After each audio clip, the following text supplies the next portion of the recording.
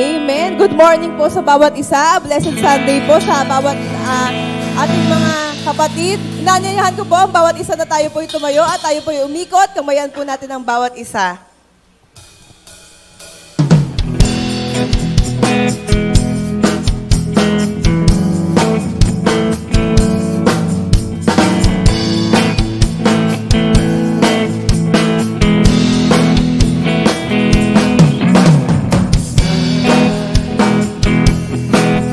So beautiful, smile. You look so wonderful.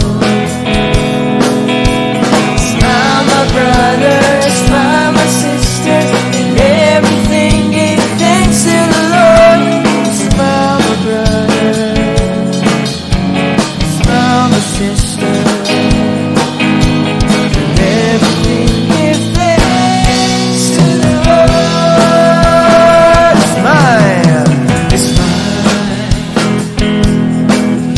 So beautiful, smile. You look so wonderful. Smile, my brother, smile, my sister, and everything give thanks to the Lord. Smile, my brother, smile, my sister.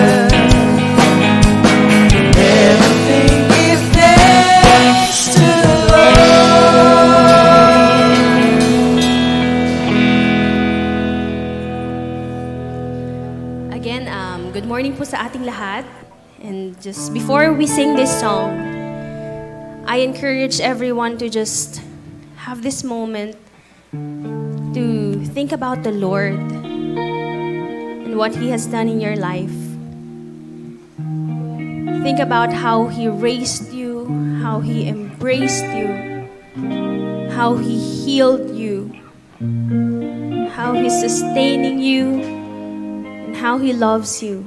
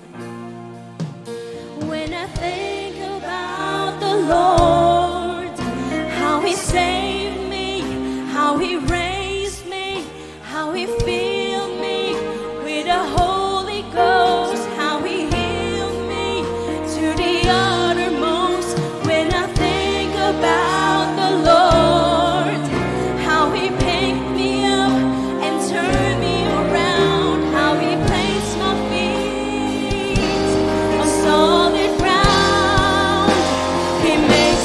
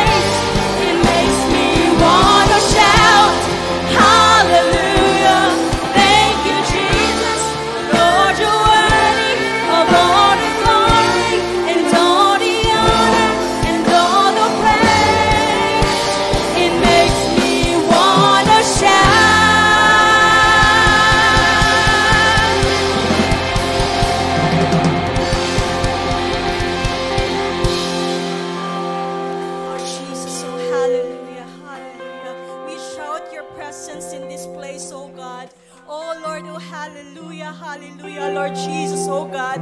Oh, thank you, Jesus, for your presence this morning, oh God. We come to you, Panginoon. Just fill this place, Panginoon, with your precious blood, oh God. Oh, thank you, Jesus. Thank you, Jesus. Lord, we are here today, Panginoon, upang i-offer, Panginoon, ang aming buhay sa umagang ito, Panginoon, Lord God. Lord, we repent, Panginoon, sa aming mga kasalanang nagawa, Panginoon, Lord God. Lord, ikaw po ang maghari sa buhay ng bawat isa, Panginoon. Empty our cup, Panginoon, na iyong presensya lamang, Panginoon, ang aming mararamdaman sa umagang ito, Lord God. Lord, we praise you, Panginoon. We ask for your glory, oh Lord Jesus, Lord God. We need for your presence, oh God. Oh, thank you, Jesus. Oh, thank you, Jesus. Oh, hallelujah. Oh, shira baba shika la la la la la la la, oh God. Oh, thank you, God. Thank you, Jesus, oh God. Lord, ikaw po, Panginoon, ang magbigay, Panginoon, sa iyong presensya, Panginoon, sa umagang ito. Give us knowledge and wisdom, Panginoon, sa salita, Panginoon, na ibibigay mo sa umagang ito, Panginoon, na ito'y maitanim sa aming mga puso't isipan upang aming malakaran sa pang-araw-araw na pamumuhay, O Lord God. Lord, sa anak mo, Panginoon, na gagamitin mo, Panginoon, ikaw, Panginoon, maghari sa kanyang puso at sa kanyang bibig, Panginoon, na lahat lumalabas sa kanyang bibig ngayon sa umagang ito, sa kanya ituturo, Panginoon. Ito po, Panginoon, ang aming makikita kung hindi siya, Panginoon, kundi ay yung salita sa umagang ito, Lord God. And also, Panginoon, we pray, Panginoon, sa mga lahat ng instruments sa internet connection, Panginoon, na walang gawa ng kaaway, Panginoon, na magtatagumpay, O Lord God. Oh, thank you, Jesus. Thank you, Jesus. Ikaw lamang aming itataas. Ikaw lamang ang aming pupurihin in Jesus' mighty name. Amen. Amen. Excited na po tayo magpuri sa ating Panginoon. Amen. Ngayong umaga po, wala po tayong gagawin kundi magpasalamat sa ating Panginoon at ibigay po natin yung puso natin para sa Kanya at tayo po'y magpuri. Lahat po ng bagay na pinagkakalob po sa atin ng Diyos, dapat po natin pasalamatan kasi po napakabuti po ng ating Panginoon. Hindi po siya nagsasawang tayo yakapin, mahalin. Kaya po, God is good! All the time! Amen!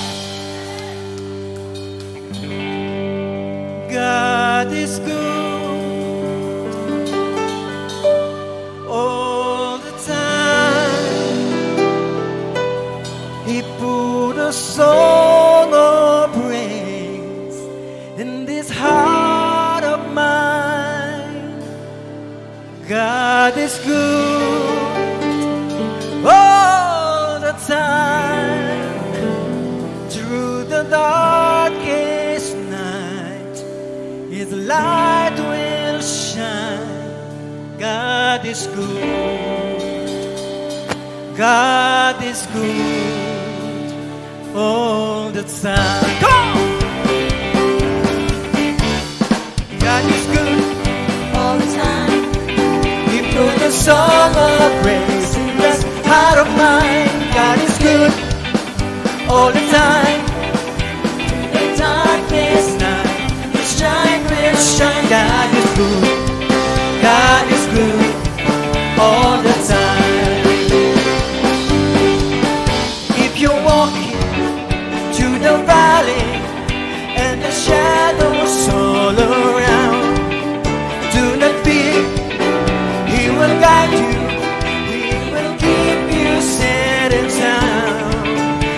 Has promised to never leave you, nor forsake you. And if the word is true, God is good all the time. He put a song of praise in this heart of mine. God is good all the time. Through the darkness night, His light will shine. God is good.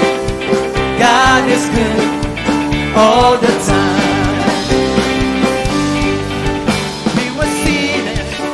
So unworthy, still for us He chose to die. Fill us with His Holy Spirit.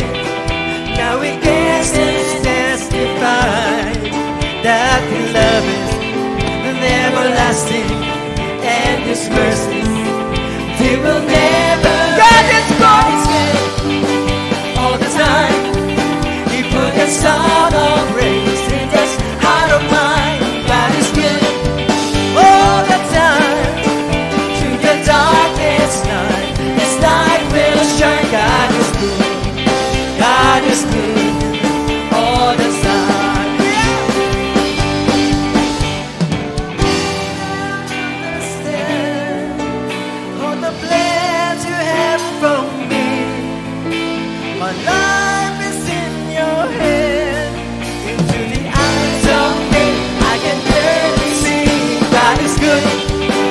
all the time.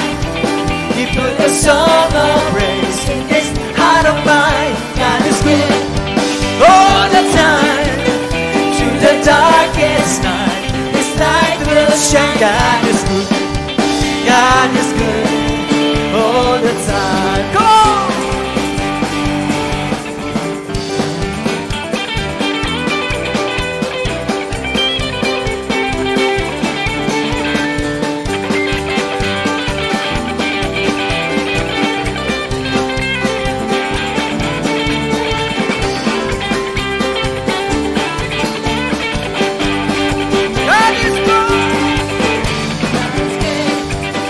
All the time, He put a song of praise in this heart of mine. God is good all the time.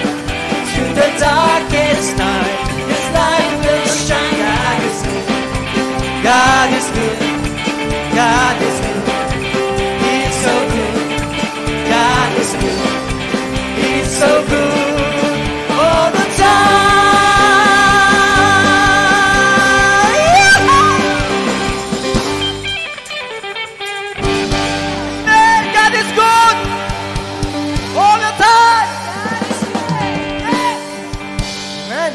Patuloy po natin i-deklara na ating Diyos ay mabuti sa ating mga buhay. Amen.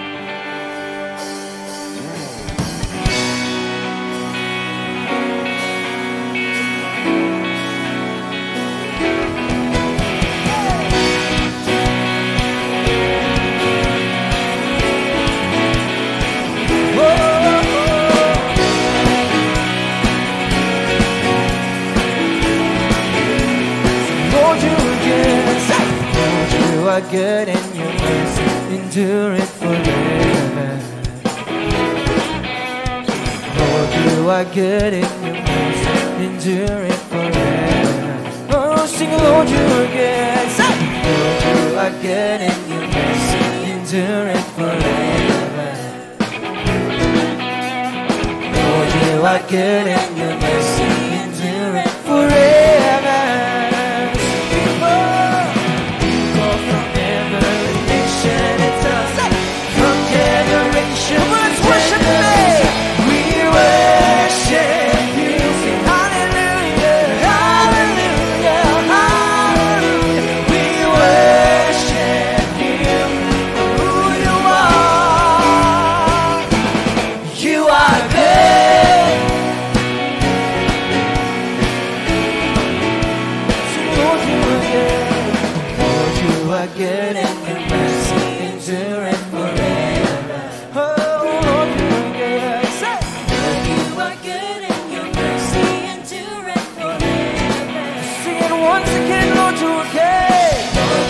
Good and your mercy endure it forever. Lord, you are good and your mercy endure it forever. People from every nation and tongue, from generation to generation, we worship you. Sing hallelujah, hallelujah, hallelujah. We worship you for who you are.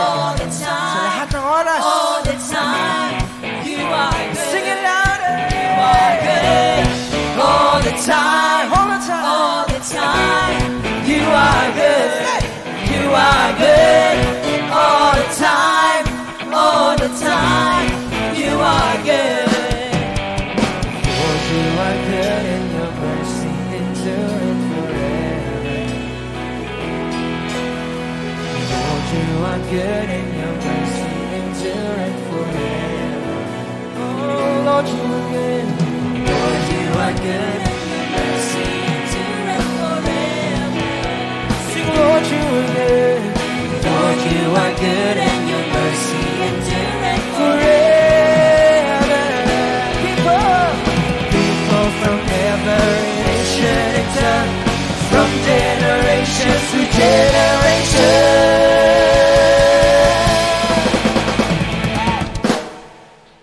We worship you. Hallelujah. Hallelujah. Hallelujah. We worship you for who you are.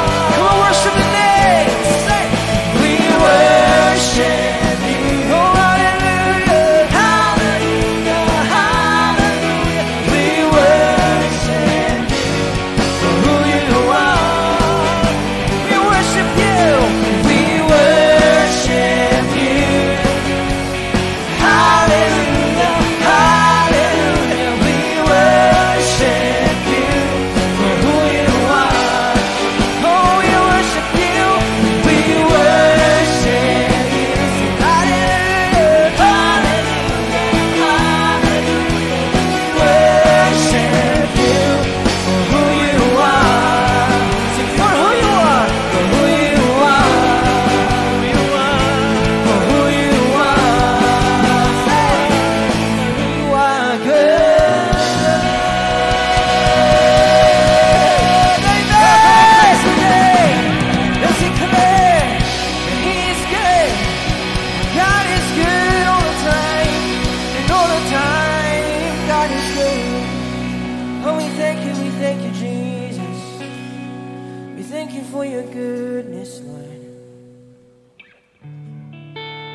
Oh, thank you, Lord. Tunay nga po ang Diyos natin ay napakabuti. Amen?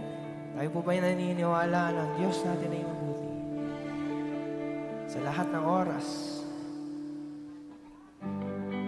Kaya po patuloy nating ideklara, patuloy nating purihin ang ating Panginoon sa umaga pong ito as we declare His goodness, His mercy, His love.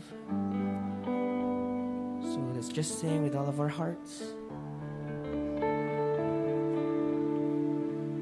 Let's feel the presence of God in this place. Awitan mo ang Panginoon face to face. Sabi mo sa Kanya yung laman ng puso mo ngayon. Umaga po ito.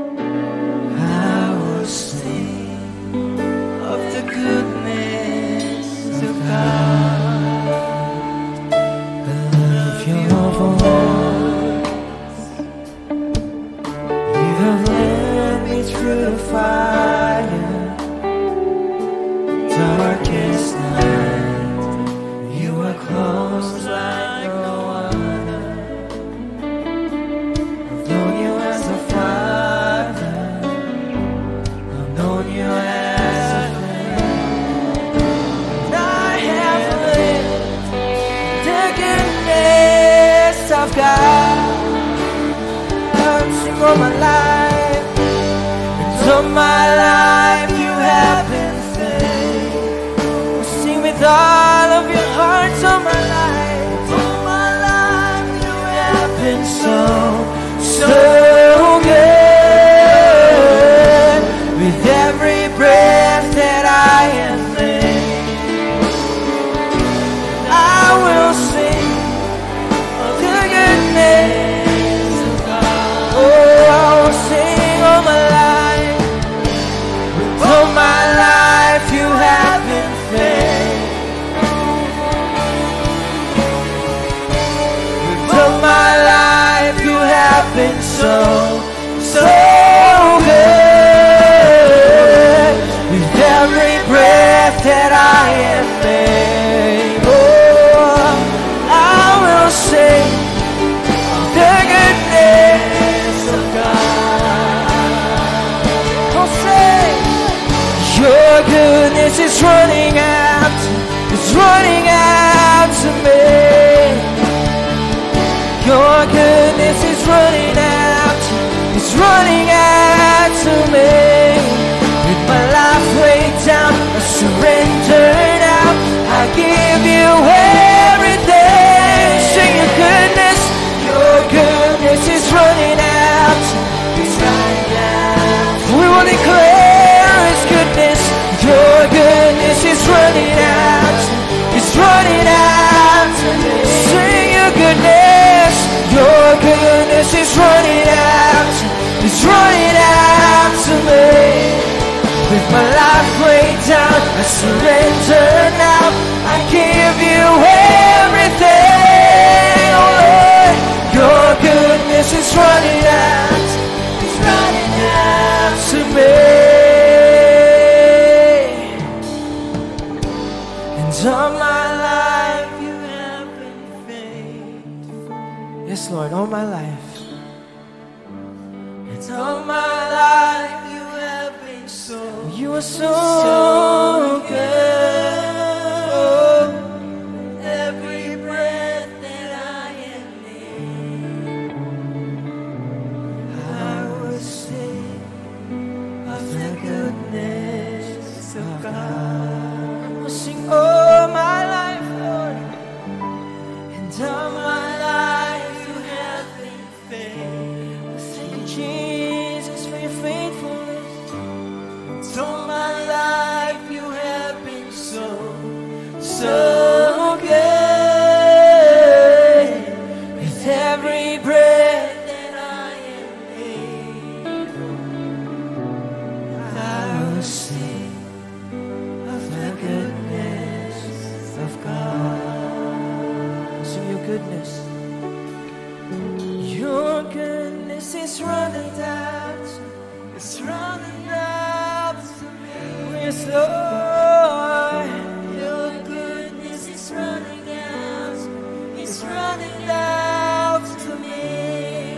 With my life laid down, I surrender now. I give you everything, Lord. Your goodness is running out, it's running out. I'll see it again. Your goodness is running out, it's running out to me. Goodness, Lord, your goodness is running out, it's running out to me. With my life laid down, I surrender now. I give you everything, we give you everything. Your goodness is running out, it's running out. My life, and all my life you have been faithful. Oh yes, Lord. All my life.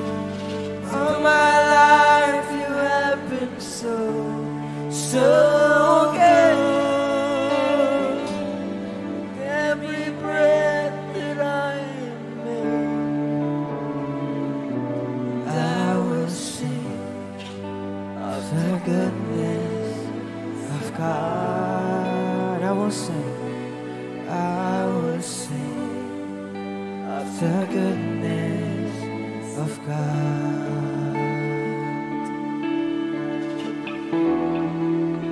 You are worthy of it all.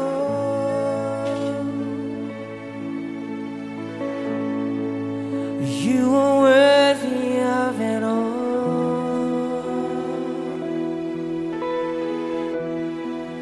Far from you are all things, and to you are all things. You deserve the glory.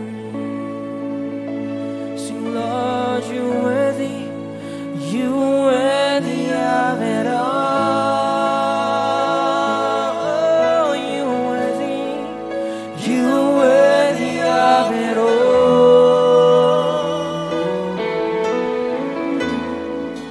Far from you are all things, to you are all things.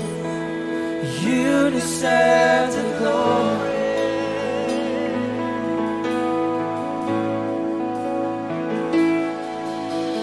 And all the saints and angels,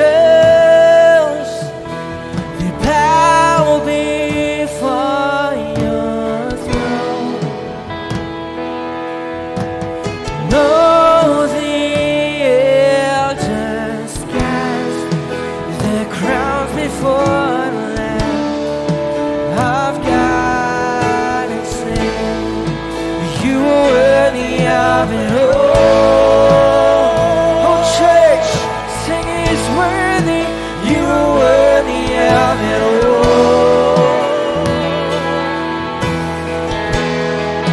Far from you are all things, you are all things. You deserve the glory. All the saints, we will say, and all the saints and angels, they bow before your throne. All the elders cast their crowns before the Lamb of God.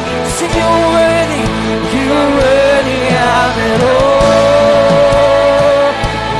Oh, you're worthy of it all.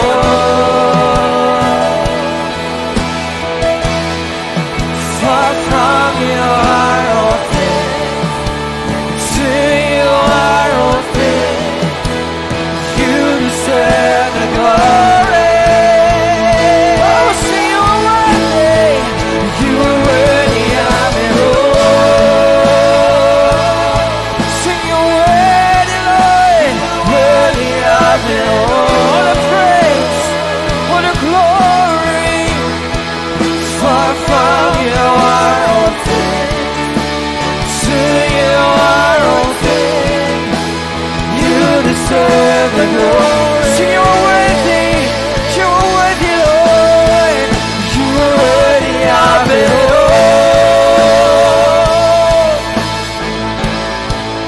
You are worthy of it all. You are worthy, Lord. Far from you are all things, and to you are all things. You deserve the glory.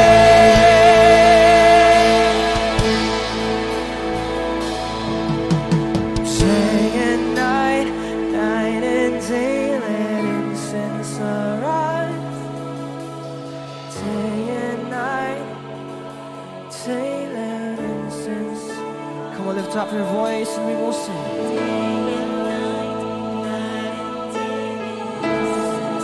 Let your praise, let your worship.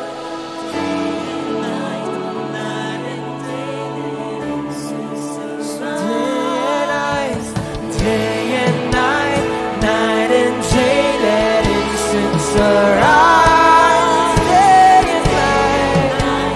night and day, let incense arise. Day and night, night and day, let incense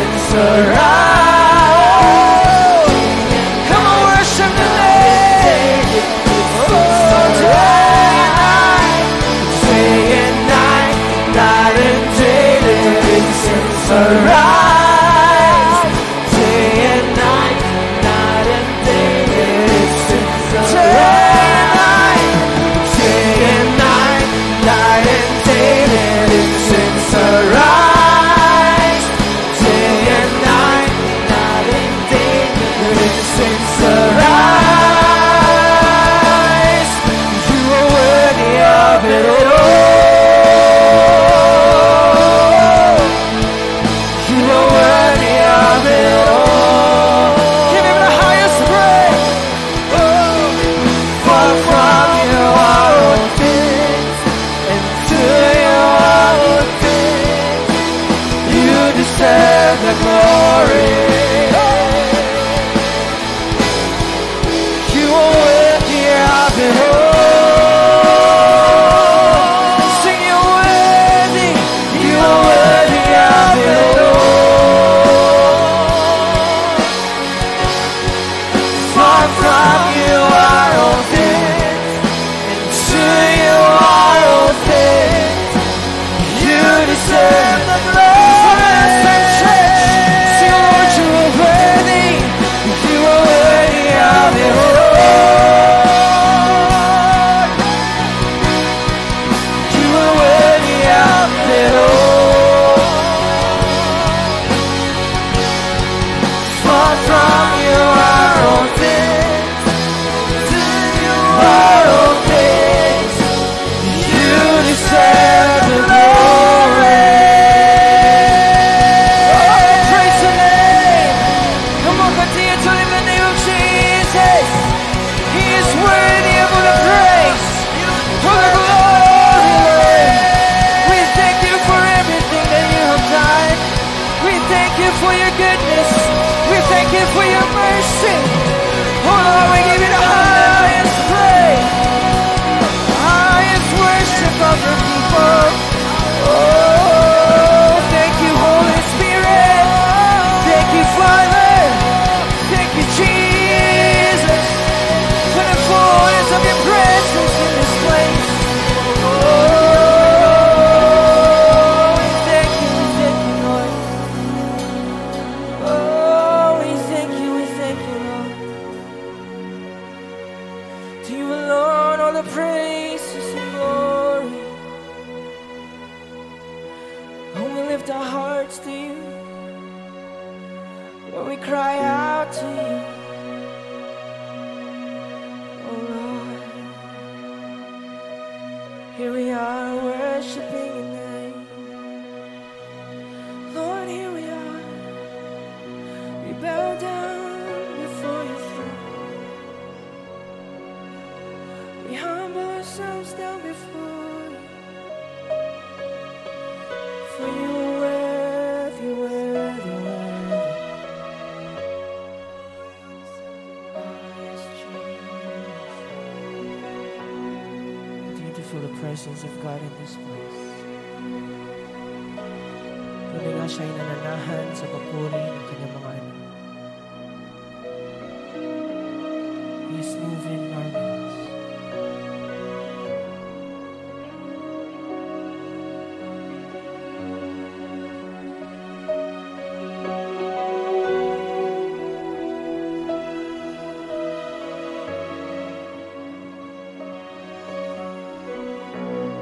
Just look in the presence of the Lord.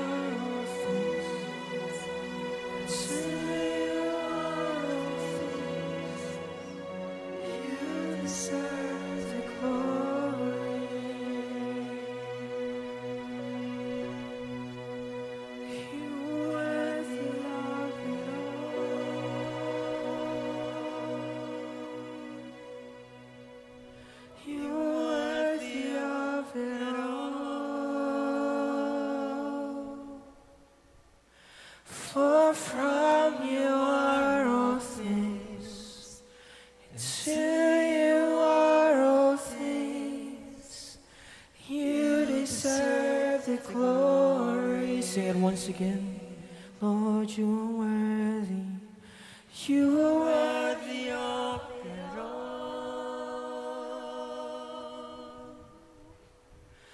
You are worthy of it all. For from you are all things, and to you are all things. You deserve the glory.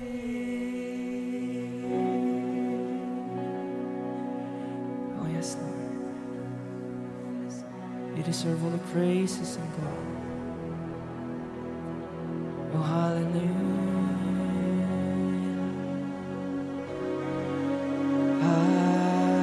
Hallelujah.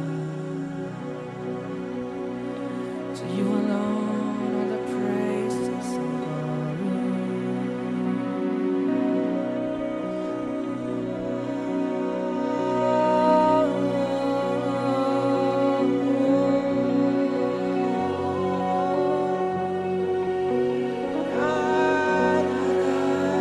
Come on, lift your voice.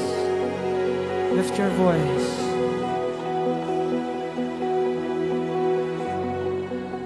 Sing a new song that comes from your heart.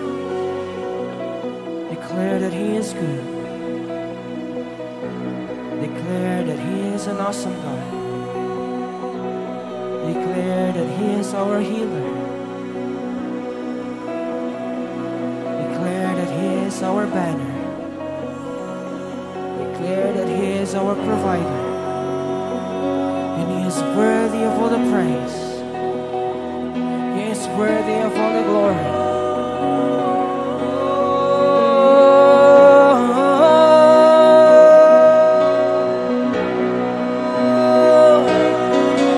Come on, sing that comes from your heart.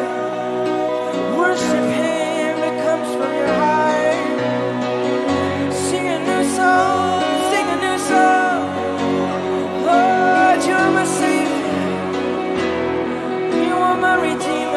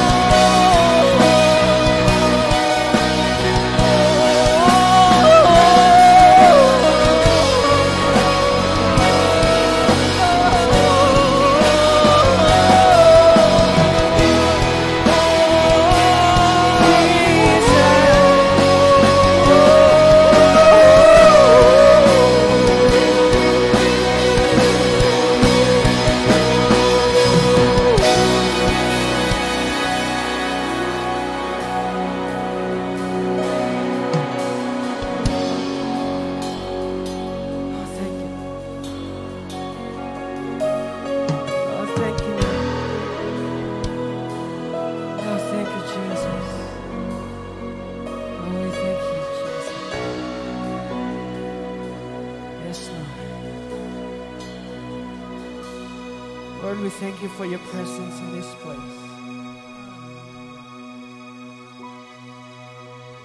Lord, patuloy namin dinideklara that you are a good God. Lord, alam namin, O Diyos, na kami nagkukulang sa iyo. But still, your goodness, but still, your mercy ay nag-uumapaw sa amin po mga buhay.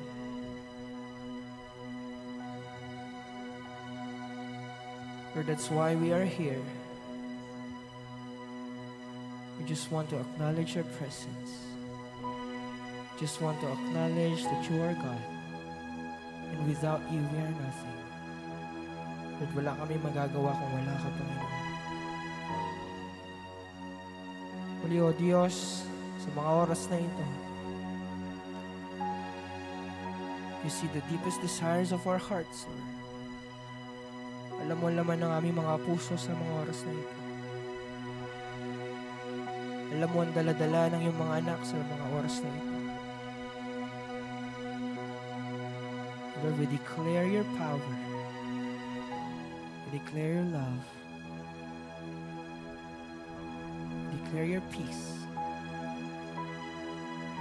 sa bawat isa po sa amin, Panginoon. Lord, tunay nga sa iyo lahat ng pagsamba.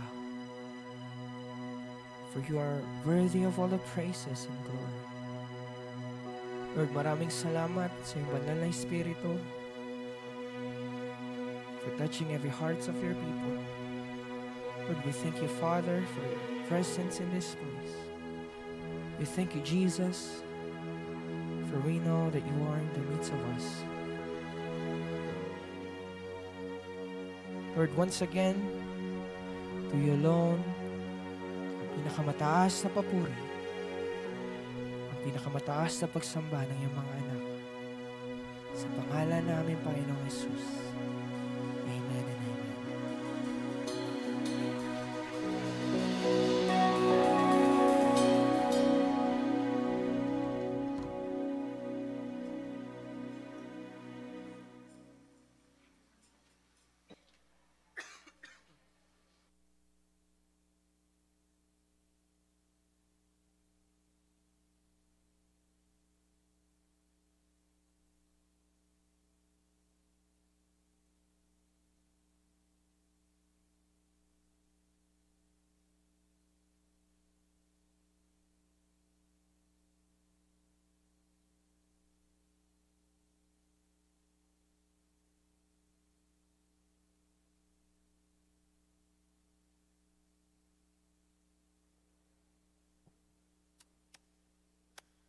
Amen. Inahinyayahan po natin lahat po ng mga kids.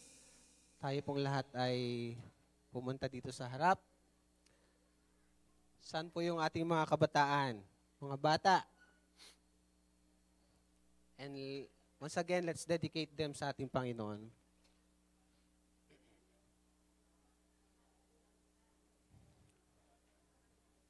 Ushering, please assist yung mga kids.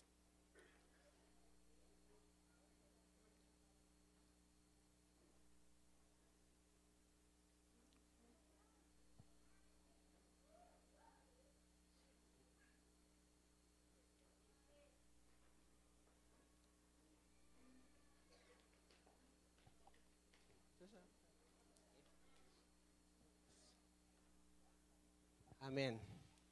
So, extend po yung ating mga kamay towards these children and let's dedicate them once again sa ating Panginoon. Our Heavenly Father, we thank you, O God, sa buhay ng mga batang ito. Lord God, musmus man ang kanilang kaisipan, but still, O God, you have a great plan for each and every one of them. Salamat po, O Diyos, that we covered them, O God, sa pamamagitan, O God, ng iyong banal na dugo, that no weapon of the enemy formed against them will prosper. And even, O God, sa influence, O God, ng social media, O God, na hindi po naaayon sa iyong kagustuhan sa bawat isa sa kanila. Salamat po, O Diyos, sa iyong proteksyon, O God, sa kanilang kaisipan. Lord, sa kanila pong, habang sila po, Panginoon, ay lumalaki, Lord, we pray, O God, na malakaran po nila. Lord, ang layunin mo, ang ang plano mo sa kanilang buhay. Salamat po, O Diyos, na we declare, O God, that they are 10 times better than their age, Panginoon. Salamat po, O Diyos, sa malayang pagkilos niyo po sa mga kabataang ito, O Diyos. At Lord, in the future, O God, na ito po, Panginoon, ay magkakaroon ng influence, Lord, sa mga institution, Lord God, sa mga lugar na kung saan maaari niyo po silang gamitin. Salamat po, Panginoon. We honor you, we glorify you, O God, sa buhay ng mga kabataang ito. In Jesus' name we pray. Amen and amen.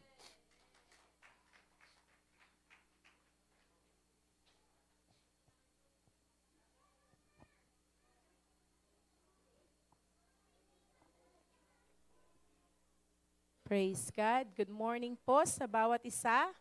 Amen. So, today nga po na ang Diyos natin ay nararapat na tumanggap lahat ng papuri, pasasalamat at pagsamba. He is worthy of everything, of all the glory, of all the praises, of all the adoration that belongs to His holy name. So, praise be to God po sa linggong ito na muli pinagsama-sama niya po tayo to worship Him, to honor Him, and even to hear His word. Amen. So, dalangin ko po na ang puso ng bawat isa sa atin ay maging bukas at alam ko po na ang salita po ng Diyos, katulad ng sinabi niya, ay hindi babalik sa Kanya nang hindi nagagampanan ang layunin nito. Amen? So, tayo pong lahat, if we just allow ourselves to be open to the Word of God, meron at meron pong gagawin ng Diyos sa ating mga buhay sa umagang ito. Amen? So, si Bishop po ay nasa Mindoro ngayon. So, doon po magtuturo si Bishop at purihin po ang Panginoon, pero nandito po si Rev at we just want to acknowledge si Tita Glor po. Ayan, ang panganay po nila Rev Stella, kararating niya lang po kagabi. So we welcome you po at maging ganun din po sa ating mga kapatid na kasama sa live streaming ngayong umaga. Magandang umaga po. We welcome each and every one of us as a family of God. Tayo po ay ang ating pong mga puso ay maging masaya sa pagtanggap sa salita po ng Diyos ngayong umagang ito. Sorry po at wala akong na-prepare na PowerPoint. Ayan, medyo ang aking pong boses ay bumabalik-balik pa lang po. Simula po nung Tuesday, nawalan po ako ng boses. Pipiyok-piyok po ako hanggang, sabi ko nga po kay Pastor Albi, hanggang kagabi po, wala pa rin akong boses, siya na po magtuturo. Pero praise be to God, yun po, unti-unti na pong binabalik ni Lord yung boses ko.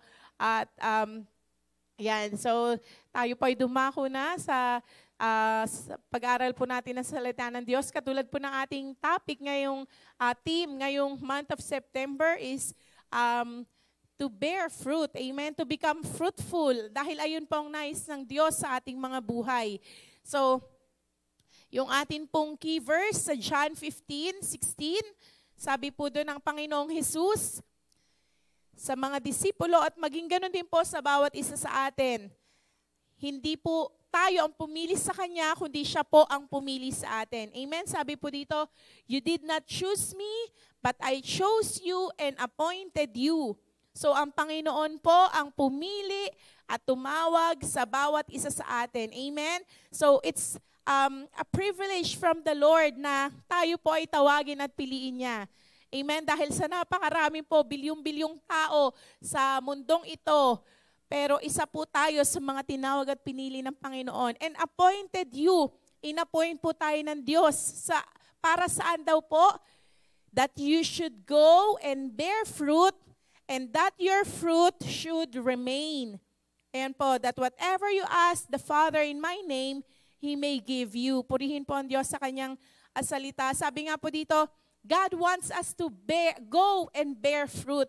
Alam niyo po, habang binubulay-bulay ko po itong salita pong ito ng Panginoon, dinala po ako ng Holy Spirit sa Book of Genesis.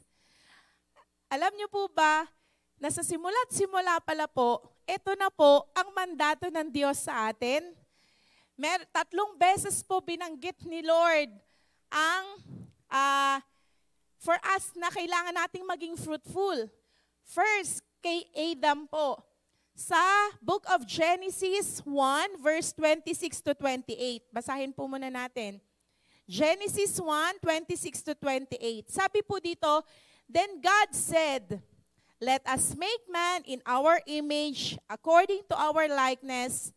Let them have dominion over the fish of the sea, over the birds of the air, over the cattle, over all the earth, and over every creeping thing that creeps on the earth. Ayan po. Kaya sabi po niya doon, God said, let us make man in our image.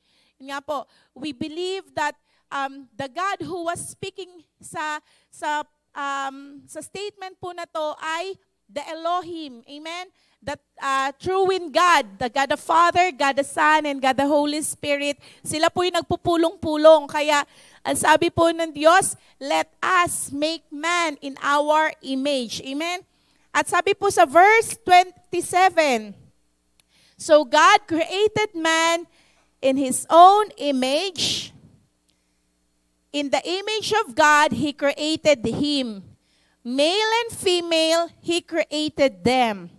Then God blessed them, and God said to them, ito na po sa verse 28, be fruitful and multiply. Sabihin mo nga po, be fruitful and multiply.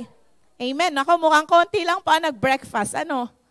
Yan nyo po kasi sabi naman po sa salita ng Diyos, man shall not live by bread alone. Habang tayo po ay nag-aaral ng salita ng Diyos, kumakain po ang ating spirito. Kaya kung hindi ka nag-umagahan, okay lang po yan. Kumakain naman tayo ng salita ng Diyos. Amen? Again po, sabihin po natin, be fruitful and multiply. Fill the earth and subdue it. And have dominion over the fish of the sea, over the birds of the air, and over every living thing that moves on the earth. So, nung pong create ng Diyos, si Adam, ang tao, ito na po ang kanyang mandato. Amen? To become fruitful. So, dinisenyo po tayo ng Diyos na maging fruitful. Hindi po tayo dinisenyo ng Diyos na maging unfruitful. Sabi nga po dito, God said to them, hindi po optional ang pagiging fruitful. Amen? It is a mandate from the Lord. Na sabi nga po, that we should be fruitful and multiply. Yan, and fill the earth and subdue it. Ito po, unang sinabi po ng Diyos kay Adam. Yan, so, kung makikita po natin, if we will go through sa book of Genesis, chapter 1, chapter 2, yan po, chapter 3. Sa chapter 3 po, makikita po natin dito, or bago po tayo pumunta sa chapter 3, dito po sa binasa natin, kumbaga we should, bilang mga mananampalataya po ng Panginoon, we should know who we are in Christ. Amen? Yung identity po natin. Bakit? Dahil ngayon po, ang number one na atake ng kaaway sa church or sa body of Christ, especially po, yan nga, sa mga mananampalataya ng Panginoon, dinidistort po ng kaaway yung identity natin. Kaya po maraming nade-depress, maraming kumbaga parang nawiwindang sa buhay kasi po nawawala yung focus saan ano yung identity natin. Amen? Hindi lamang po tayo anak ng magulang natin. Dahil nung tinanggap po natin ang Panginoong Jesus, 'di ba, sa ating mga buhay, we became the children of God. Amen po ba? So ngayon, alam mong anak ka ng Diyos, ano yung identity mo? Ano po yung identity natin, di ba? That our real identity is in Jesus Christ. Is Jesus Christ Himself.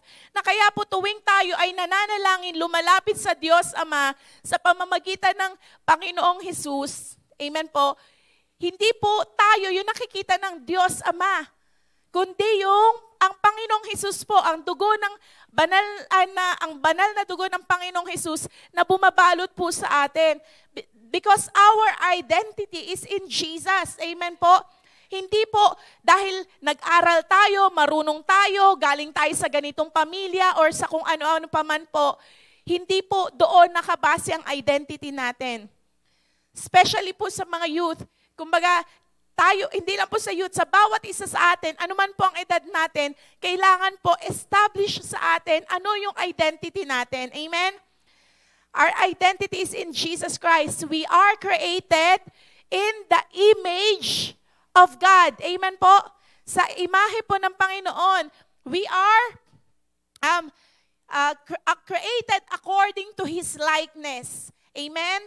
Na hindi po tayo create ng Panginoon na, kumbaga, dumaan lang po tayo sa sinapupunan ng ating mga magulang. At yun nga po, when we became believers of God, our identity now, our DNA now is in Jesus Christ, sa ating pong Panginoong Hesus. Dapat po settled yun. Sa ginawa ng Panginoong Hesus sa atin, sino siya sa buhay natin, dapat po doon na nakafocus yung identity natin. Amen? Kaya po, for example po, kayong mag-asawa, mag-away kayo, hindi ka na magiging, kumbaga, hindi ka magagalit pag sinabi niya na wala kang kwenta. Bakit? Kasi alam mo sa sarili mo, may kwenta ako kasi namatay ang Panginoong Hesus para sa akin. Di ba?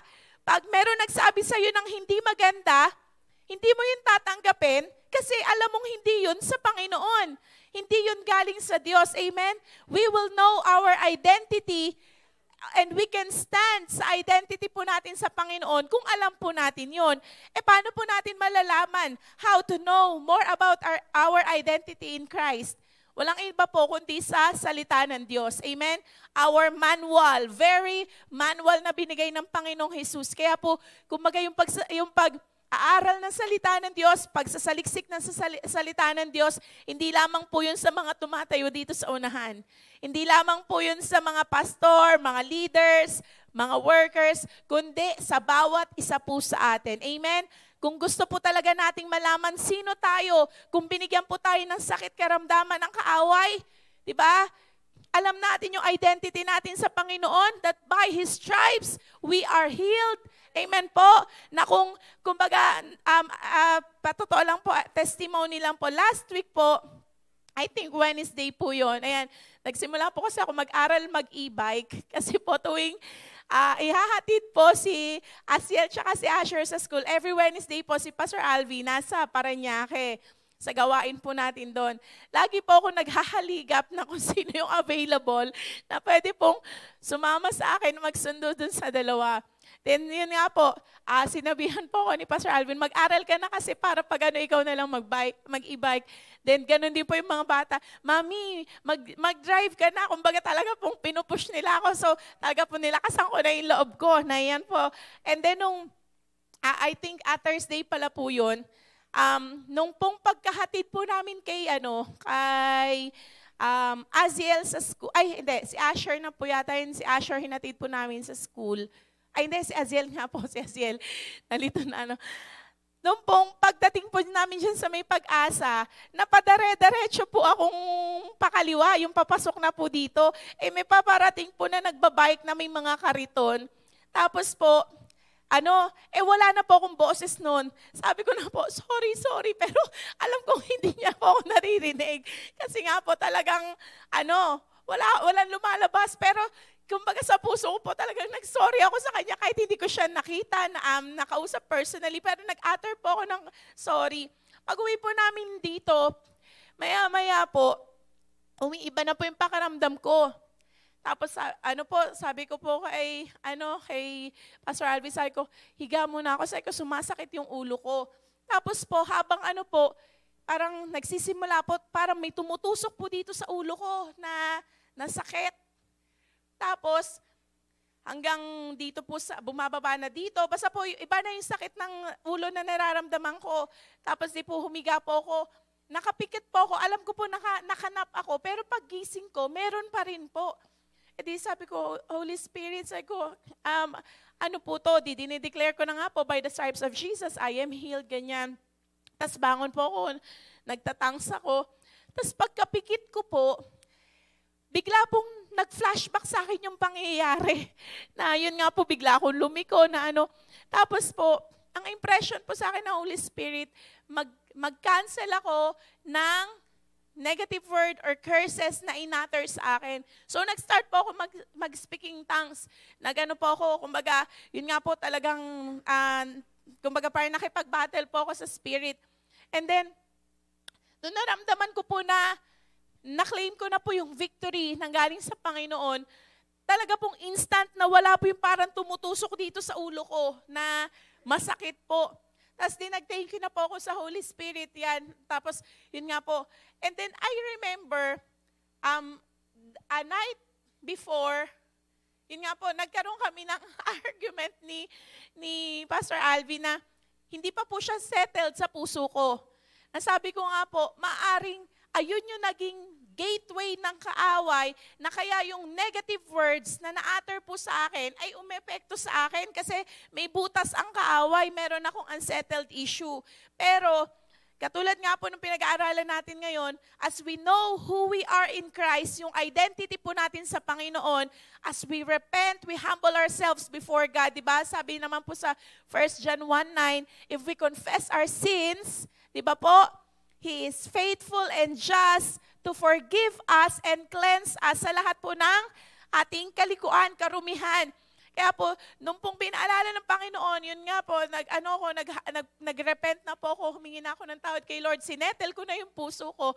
And then yun nga po, kaya sabi ko nga talagang, kahit po believer tayo ng Panginoong Jesus, pag po may butas ang kaaway, may bubutas po na makita ang kaaway sa buhay natin, pwede pa rin siya makapenetrate sa buhay natin. Amen? Kasi nga po, kumbaga yun nga, lalo na pag may mga unforgiveness, mga unsettled issues sa buhay po natin, kahit na padala natin lahat ng anghel ni Lord, tawagin natin lahat ng anghel ni Lord, magpa-cover tayo ng blood ni Jesus, yung wall of fire talagang ipasurround natin. Pero kung mismong puso po natin, there is something na unsettled, kumbaga may kasalanan, may unforgiveness, or any hidden thing sa puso natin, meron pong butas ang kaaway sa buhay natin. Kaya po bilang mga anak ng Diyos, as we know who we are in Christ, our identity in Jesus, dapat alam po natin saan tayo tatayo. Amen? Ano dapat yung estado ng puso po natin. Amen? So balik po tayo dito sa pinag-aaralan natin. Ayun po, sabi nga po, we are created in the image and likeness of God. But the enemy, dahil alam po yun ng kaaway, we are created in the likeness and in the image of our God. Gusto po yung i-distort ng kaaway. Di ba po? Ano po ba pag sinabing distort? I-twist. O kaya, yun nga po, kumbaga i-control. Meron siyang gustong, kumbaga, sabi nga po, i-mislead niya ang tao. Nagsimula po kay Eve, di ba? Balik pa rin po tayo. Dito pa rin po tayo sa Book of Genesis. Tignan niyo po ang, kumbaga, tactic ng kaaway noon is still the same until now. Na pag hindi po tayo aware, pwede tayong mahulog sa trap ng kaaway.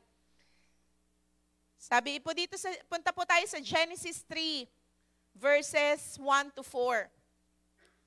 Ito po yung time na yung serpent po ay diniceive si Eve. Tignan po natin paano niya na-deceive si Eve. Sabi po dito sa Genesis 3, now the serpent was more cunning than any beast of the field which the Lord God had made.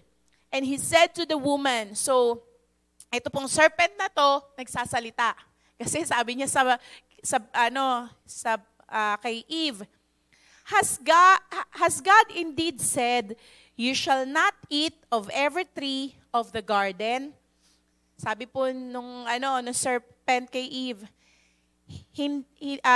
sinabi ba ng Diyos na hindi nyo pwedeng kainin ang, sabi nga po, you shall not eat of every tree of the garden? Yun po yung tanong niya, no? Hindi nyo pwedeng kainin yung mga bunga sa mga puno sa Garden of Eden. Ito po sagot ni Eve, verse 2. And the woman said to the serpent, we may eat the fruit of the trees of the garden, but of the fruit of the tree which is in the midst of the garden, God has said, you shall not eat, nor you touch it, lest you die. Alalahanin niyo po itong sagot ni Eve, ha? Ano po sagot ulit ni Eve? Ang sabi daw po ng Diyos na pwede nilang kainin lahat ng bungang puno doon sa bunga ng puno doon sa garden, maliban doon po sa nasa gitna. At sabi daw po ng Diyos, huwag yung kakainin o hahawakan dahil mamamatay. Okay po. So verse 4, then the serpent said to the woman, you shall not surely die, for God knows that in the day you eat of it, your eyes will be opened, and you will be like God, knowing good and evil. So, kumbaga, may sinagot po yung serpent, no? Pero tignan po natin, ano ba talaga yung sinabi ng Diyos kay Adan? Balik lang po tayo sa Genesis 2, verse 15.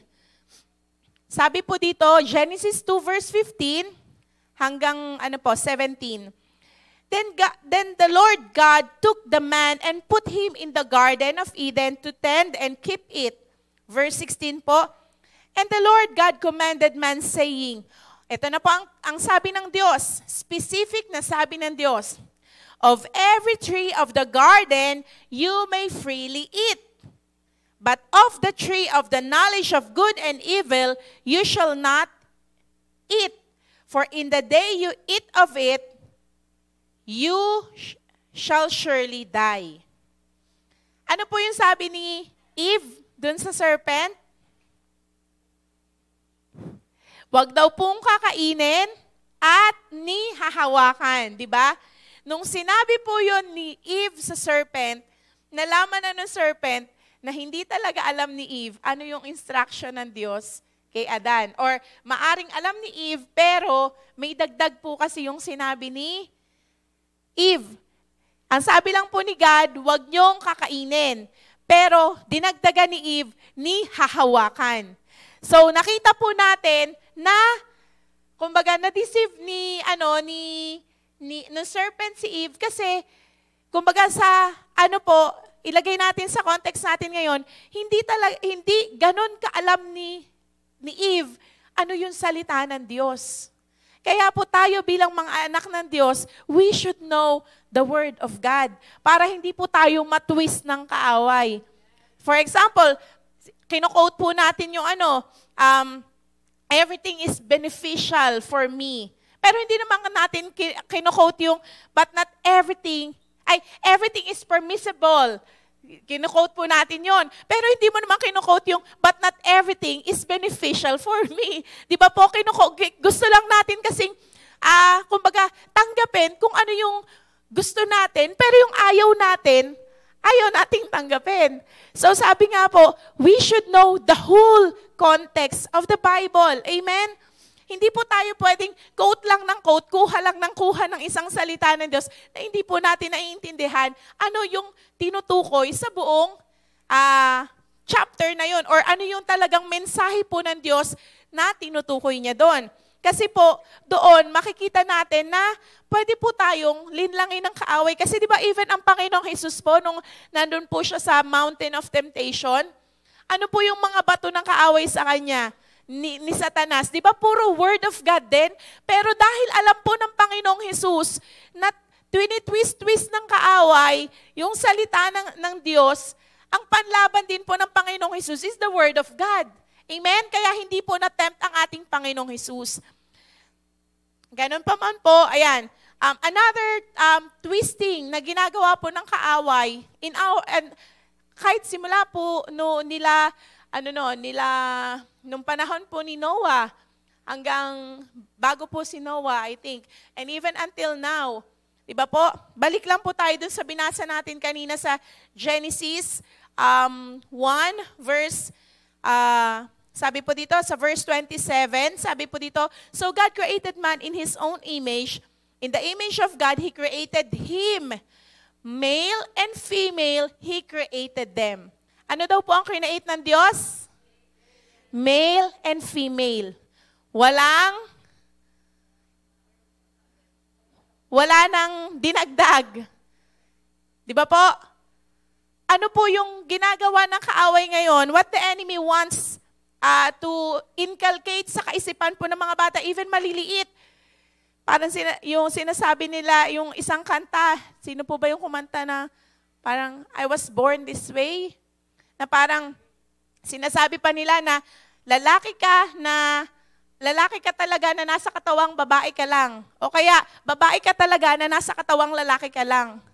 Para pong, kumbaga, minamak natin ang Diyos na gumawa sa atin, sinasabi natin sa Kanya na, Lord, mali yung pagkakagawa mo sa akin. Di ba po? We love all the people. Di ba? Kasi mahal po ng Diyos ang lahat. Pero, we should know how to stand in the Word of God. Alam po dapat natin ano yung sinasabi sa salita ng Diyos. Amen? Sabi nga po, do not be conformed to the pattern of this world. Hindi po porket ito yung ginagawa ng mundo, ganito din yung gagawin natin. Ito yung accepted po sa mundo, i-accept din po natin kahit alam natin na mali siya sa harap ng ating Diyos. Amen po? Kung lalaki po ikaw na pinanganak, dinisenyo ng Diyos na lalaki ka kasi may purpose siya sa'yo, may plano siya sa'yo, bakit lalaki ka. Kung babae ka ang pinanganak sa mundong ito, dinisenyo ng Diyos na babae ka kasi may layunin at plano siya sa buhay mo, bakit babae ka. Huwag po nating guluhin ang kaisipan natin. Amen? Huwag nating, kumbaga, hayaan na magulo ng kaaway, i-twist ng kaaway ang kaisipan po natin. Yun nga po, napag-usapan po namin sa fellowship po ng mga women's kahapon. Nakikita niyo po ba ngayon sa Facebook yung kumbaga yung naging trend, yung mag-ina, 'di ba, si IC tsaka yung anak niya na si Dre. Kasi po yung si Dre is drag queen performer. So in short, lalaki siya, pero dahil the community na maaring kumbaga naging malakas ang influence sa kanya,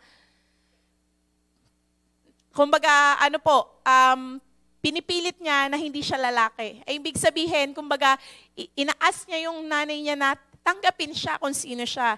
Pero because IC is now a Christian po, he knows the Word of God, nag-stand po siya na mahal niya yung anak niya, pero po yung sitwasyon or yung ganung kalagay ng anak niya is dahil hindi siya acceptable sa harap ng Diyos, ayun yung hindi niya po tinatanggap. But she loves her child. Pero grabe po, kung makikita niyo po yung mga comments, kung makikita niyo po yung, kumbaga lalo na po yung mga nandun din sa na yun na, ampunin na lang kita, dito ka na lang sa akin. Mahal, pero merong pero, na parang, kumbaga, paano mo itutuwid yung isang bagay na kung ang daming nangungunsinte? Diba? Na ang daming sumasang-ayon. Kaya po minsan nagkakaroon ng lakas ng loob not to walk in the righteousness kasi maraming kumukonsinte po. Diba? But we should know the Word of God dahil sabi nga po, the enemy is trying to twist the truth. Hindi po dahil maganda, tama at totoo na. Amen? Kaya nga po, we should focus on Jesus. We should know our identity yung identity po natin sa Panginoon. Bakit? Because Jesus is the only way, the truth, and the life. Ang Panginoong Jesus po natin, nasa Kanya ang katotohanan, nasa Kanya ang daan, nasa Kanya ang buhay. Amen? So, naki-Adam pa lang po tayo.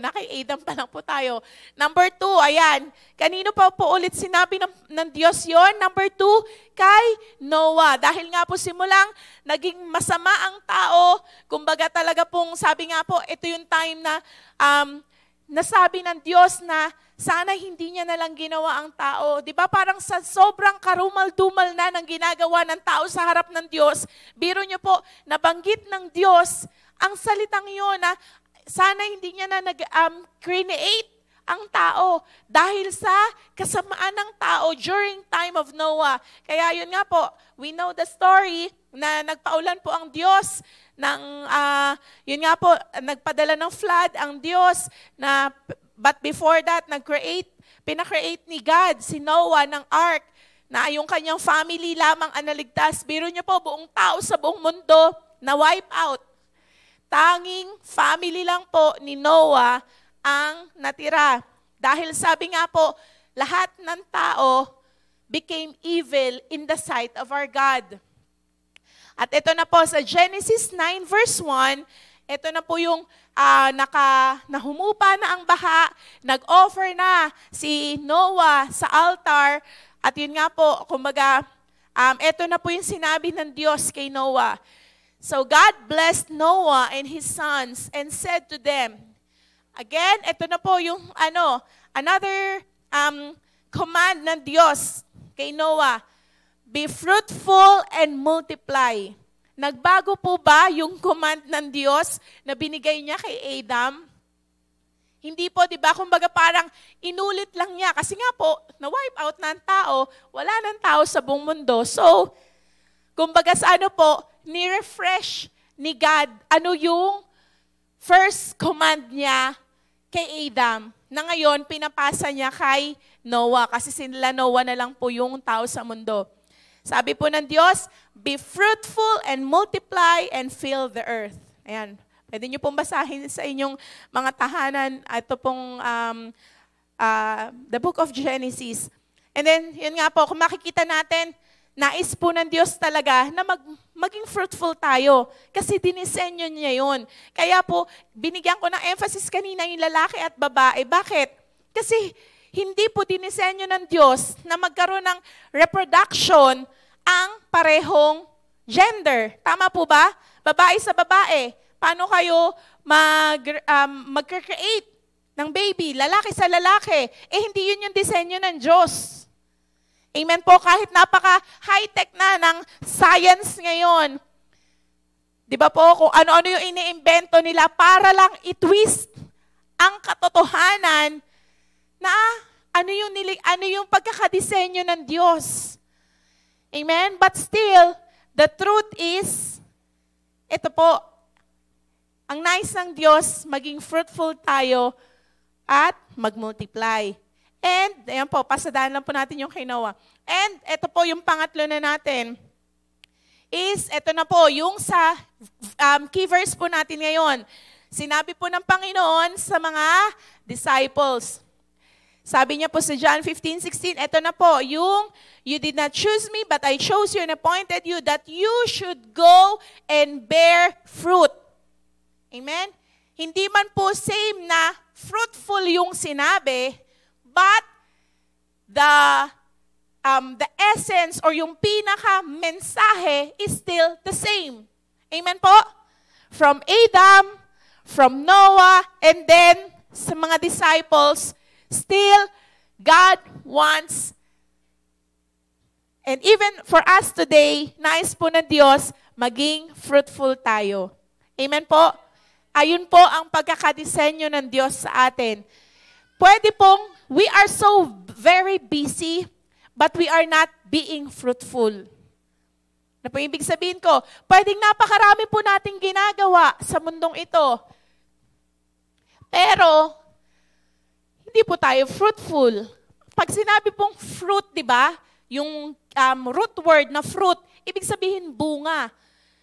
For example, yun nga po, di ba? Kaya nga po, ang example usually is mga puno na namumunga. Kunwari po, nagtanim ng kalamansi, di ba? Ang bunga nun, kalamansi. Hindi po pwedeng maging apple yung bunga niya. Bakit? Kasi yung puno, kalamansi. Tama po ba? Ganon din po tayo. The Lord is looking for a fruit sa bawat isa po sa atin. Ano yung pagkakadisenyo ng Diyos sa atin? Nung last Wednesday po,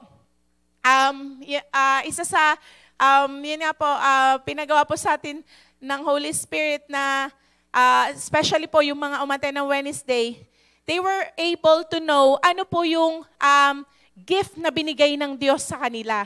It's, kumbaga parang self-evaluation, pero nagkaroon ng, kumbaga, clarity, ano yung ano yung spiritual gift ni Lord sa bawat isa. Kasi sabi nga po, bawat isa sa atin, God has given us spiritual gift according to His will. Amen?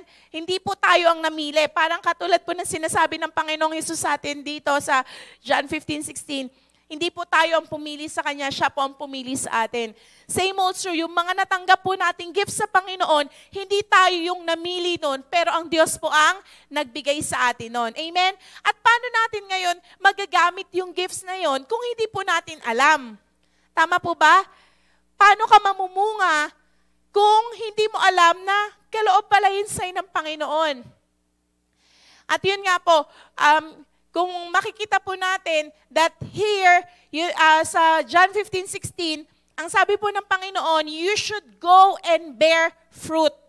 Katulad po na nabanggit natin kanina, to become fruitful is not optional. Hindi siya yung gusto ko or ayaw ko. Yung, kumbaga sa ano po, binibigyan tayo ng choice ni Lord. Gusto mo ba o ayaw mo ba? Di ba? Yung po yung blessing is also, yung blessing po ng Diyos, it's optional. Sabi nga po doon, if you obey the Word of God, kung susundin mo, kumbaga ano po siya, optional. Depende po sa pagsunod natin, yung blessing ng Diyos, di ba? Kung makikita po natin sa Deuteronomy 28. Pero, ito pong pagiging fruitful is a command from the Lord. Amen? From Adam, from Noah, and from sa mga disciples po, and even sa atin po ngayon, it's a command. Sabi po doon, you should go and bear fruit. Be fruitful and multiply. And dito po sa John 15:16, sabi nga po, that your fruit should remain.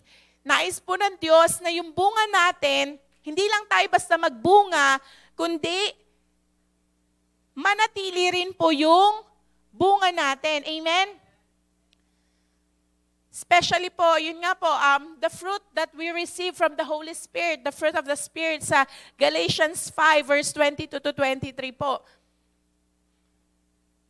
And meron lang po kung ilang ibibigay sa atin na where we can see paano maging fruitful. The Word of God is telling us kung paano po maging fruitful. Punta po tayo sa Matthew 13 verse 18 to 23. Matthew 13 verse 18 to 23. Ito po yung parable of the sower.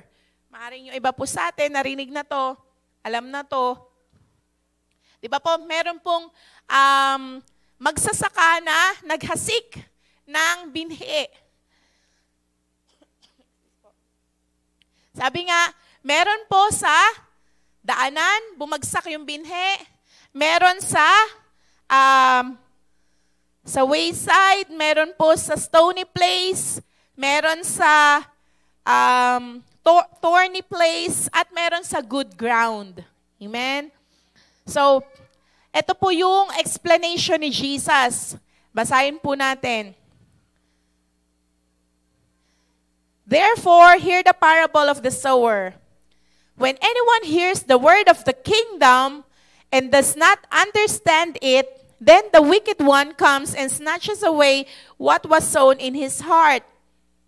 This is he who receives seed by the wayside. Ayan po, yung number 1 daw po, yung binhi na natanim, or sabi nga po, yung salita, the word of the kingdom, narinig niya yung word of the kingdom, pero hindi naintindihan. Nung pong dumating po ang magnanakaw or the wicked one, inagaw po yung binhi sa kanyang puso. Ito daw po yung mga, kumbaga yung binhi na nahulog sa wayside or sa tabi ng daan. Na yung mga salita daw po, or the words of the kingdom of God, narinig, pero hindi naintindihan. Paano po ba natin hindi naiintindihan? Ano po, punta tayo sa classroom setup. Usually po, bakit hindi naiintindihan ng estudyante ang itinuturo ng teacher? Hindi focus, hindi nakikinig. Tama po ba? Or maaring natutulog. Di ba? O kaya po kung ano-anong ginagawa, nagtuturo yung teacher sa unahan, nakatago yung cellphone sa panyo, o kaya sa libro po, di ba? O kaya po nagdo-drawing, kung ano-anong ginagawa, nakatingin sa teacher, pero putagusan pala, no? Yung nagde-daydream na pala, na yung nasa loob ng classroom yung katawan, pero yung isip, gusto ko nang kumain ng sana lunch break na, ganyan, di ba po? And then, here it comes, exam. May maisasagot po kaya yung estudyanteng yun? Wala po, di ba? Bakit? Kasi hindi niya naintindihan. Tayo din po, if we hear the word of the kingdom of God, dapat po, we listen, we focus, di ba po? Hindi po yung kung ano-ano yung ginagawa natin, hindi lumilipad yung isip natin, para po maintindihan natin. Amen? Kasi kung daw pong narinig natin, pero hindi natin naintindihan, ano po yun? Maihahalin tulad po tayo, thank you, Tidors, sa yung binhe na nahulog sa wayside, na madali pong masnatch ng kaaway. Kaya po anong mangyayari? Pagka-uwi, back to the old life. Walang transformation ang buhay. Hindi na babago ang buhay. Tapos sasabihin pa, ganito nga ako eh. Anong magagawa mo? Ito na ugali ko, ito na ako. Pero sabi nga po, ang salita ng Diyos na itinatanim natin sa ating puso, na iintindihan natin, na uunawaan natin, it will transform our lives. Amen po ba? Sa ayaw at sa gusto po natin, may transformation na mangyayari po sa buhay natin. Dahil po, buhay at makapangyarihan ang salita po ng Diyos. Kaya po, wag nating hayaan na pag tayo, kahit saan po, dito sa church, o kaya po, meron tayong pupuntahan ng mga seminars na i-share po, tuturo ang salita ng Diyos. Let's be attentive to the Word of God. Let's hear the Word of God. Let's understand the Word of God. Bakit po? Kasi makapangyarihan po ang salita ng Diyos. Amen? And number 2 po, sabi dito, yung una po, yung seed na nahulog sa wayside. Number 2, but he who received the seed on the stony place, ito naman daw po yung sa batuhan, this is he who hears the word and immediately receives it with joy. Natanggap niya, naunawaan niya yung salita ng Diyos, tuwang-tuwa pa nga po siya, galak na galak siya. Kasi, naintindihan niya po yung salita ng Diyos. Pero, ito po, may pero, yet, he has no root in himself. Hindi po naibaon, naitanim talaga sa puso, kaya hindi nagkaugat. Ano po sabi dito? But endures only for a while. Kumbaga, panandalian lang po. For when tribulation and persecution arises because of the word, immediately he stumbles. Ayan po. Yung pangalawa naman po, yung nahulog sa batuhan, sabi nga po doon, natanggap niya, narinig niya, naunawaan niya, pero hindi po tinanim talaga sa puso. Kaya po sabi nga po, nung magkaroon daw po ng tribulation, persecution, dahil sa salita ng Diyos, diba? Dahil lumalakad ka na ngayon sa salita ng Diyos, sinabihan ka na, born again ka na. Ganito ka pa rin. Ganito pa rin yung ugali mo. Yan, na-stumble na po. Hindi na nga ako atin ng church. Diba? O kaya, meron lang pong, kumbaga, na-stumble or merong nag-persecute sa'yo. So, let's say, sa kabarkada mo or sa mga kaibigan mo, sa family mo. dahil po yung salita ng Diyos ay hindi talaga natanim sa puso, madaling mag-stumble. Diba? Madaling, kumbaga, sabi po dito, immediately he stumbles. Parang kumbaga sa ano po, gumewang-gewang na agad yung pananampalataya natin. Pag ganun daw po, maihalin tulad tayo dun sa yung puso natin katulad ng batuhan na hindi po natanim talaga yung salita ng Diyos.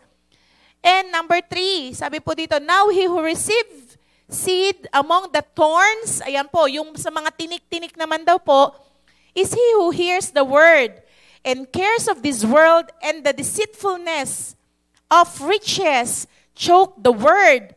And he became, eto na po, he becomes unfruitful. Paano daw po magiging unfruitful ang isang mananampalataya?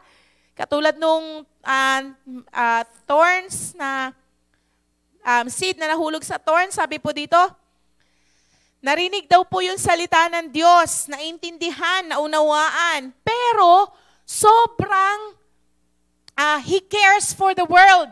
He cares for the wealth. He cares for money. He cares for napakaraming bagay sa mundong ito. Na Lord, bigyan mo po muna ako ng trabaho.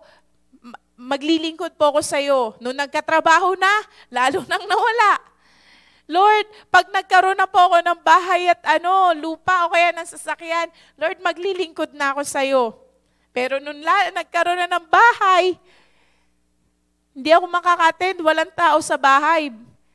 Di ba po, may mga ganong maglalakad po ba yung bahay nyo? Mawawala po ba yan sa sa pwesto niya? Di ba? Na parang, minsan po, the enemy is really trying his best. Tayo naman po, bigay lang ng bigay. Oo nga, baka manakawan yung bahay ko pag umalis ako. O kaya ganito, ganyan. Kumbaga para pong, we care so much of the things of the world. Diba?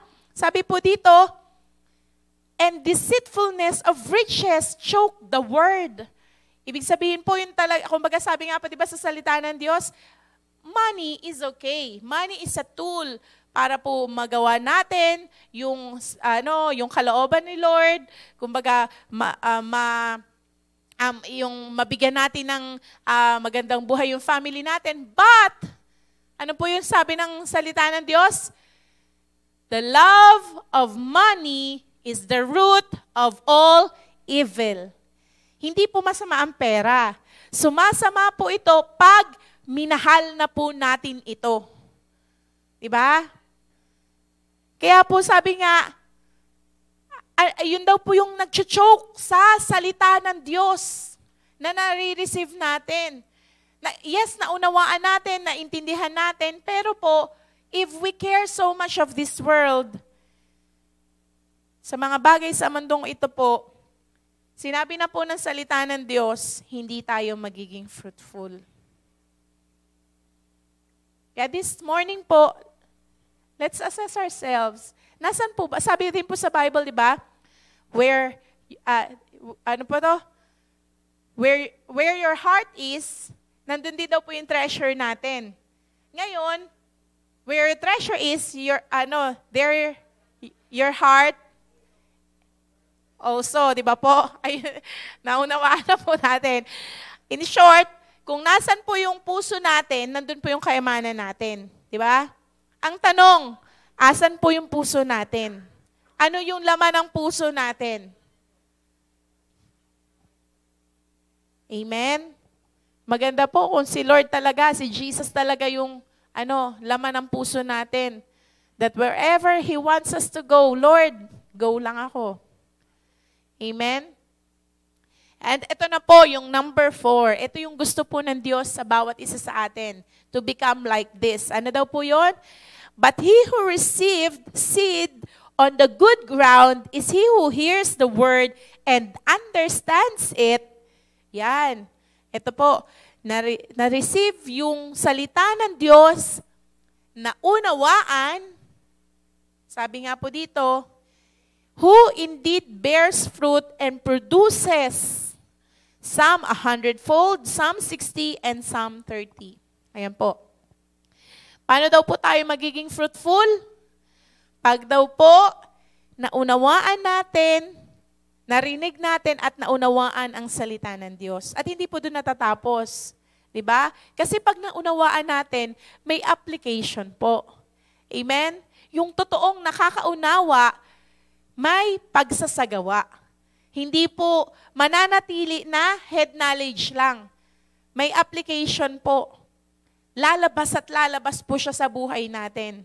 Amen? Kaya sabi po dito, magiging fruitful at magproduce daw po ng, yung iba daw po 100-fold, yung iba 60, yung iba 30. So depende po yung pag-produce ng fruit. Amen? Kaya po sabi nga, we have to understand and hear the word of God. And last, ito po, balik lang po tayo dun sa John 15. Balik lang po tayo sa verse 4 and 5. Ito po yung another secret to become fruitful. Ang Panginoong Hesus po nagsasalita dito, abide in me and I in you. As the branch cannot bear fruit of itself unless it abides in vine, neither can you unless you abide in me. Verse 5, I am the vine, you are the branches. He who abides in me and I in him bears much fruit, for without me, you can do nothing. Sinabi na po ng Panginoong Hesus, apart from Him, we can do nothing. Apart from Him, we will not be fruitful. Amen po? Kaya po sabi po ng Panginoong Hesus, abide in me and I in you. Tayo po ngayon, we are in the church. Inside the church, inside the building, ibig sabihin, nasa loob tayo. Diba po? Ganon din po, ibig sabihin, Jesus wants us to be in Him. Ibig sabihin, kumbaga buong katauhan po natin, nasa loob tayo ng Panginoong Hesus. The wholeness of who He is. Na hindi lamang siya yung Jehovah Jireh natin, hindi lang siya yung Jehovah Rapha natin, Jehovah Shalom natin, but who He is, our Lord, our Master, our Savior, our Redeemer, the completeness of Jesus, the wholeness of Jesus. Nandun po dapat tayo in Him. Ibig sabihin, nasa Panginoong Hesus tayo. Di ba? Para pong, katulad ngayon, nandito tayo sa loob, yung mga nasa labas, malalaman po ba nilang nandito tayo? Ano lang makikita nila? The building. Di ba? Tayo rin po, when we are in Jesus, hindi po tayo makikita ng tao. Sino makikita ng tao sa atin? Ang Panginoong Hesus. Amen? Ayun po ang gusto ni Jesus sa atin as we abide in Him. Pag sinabi po bang abide, ano po ba yun? Di ba?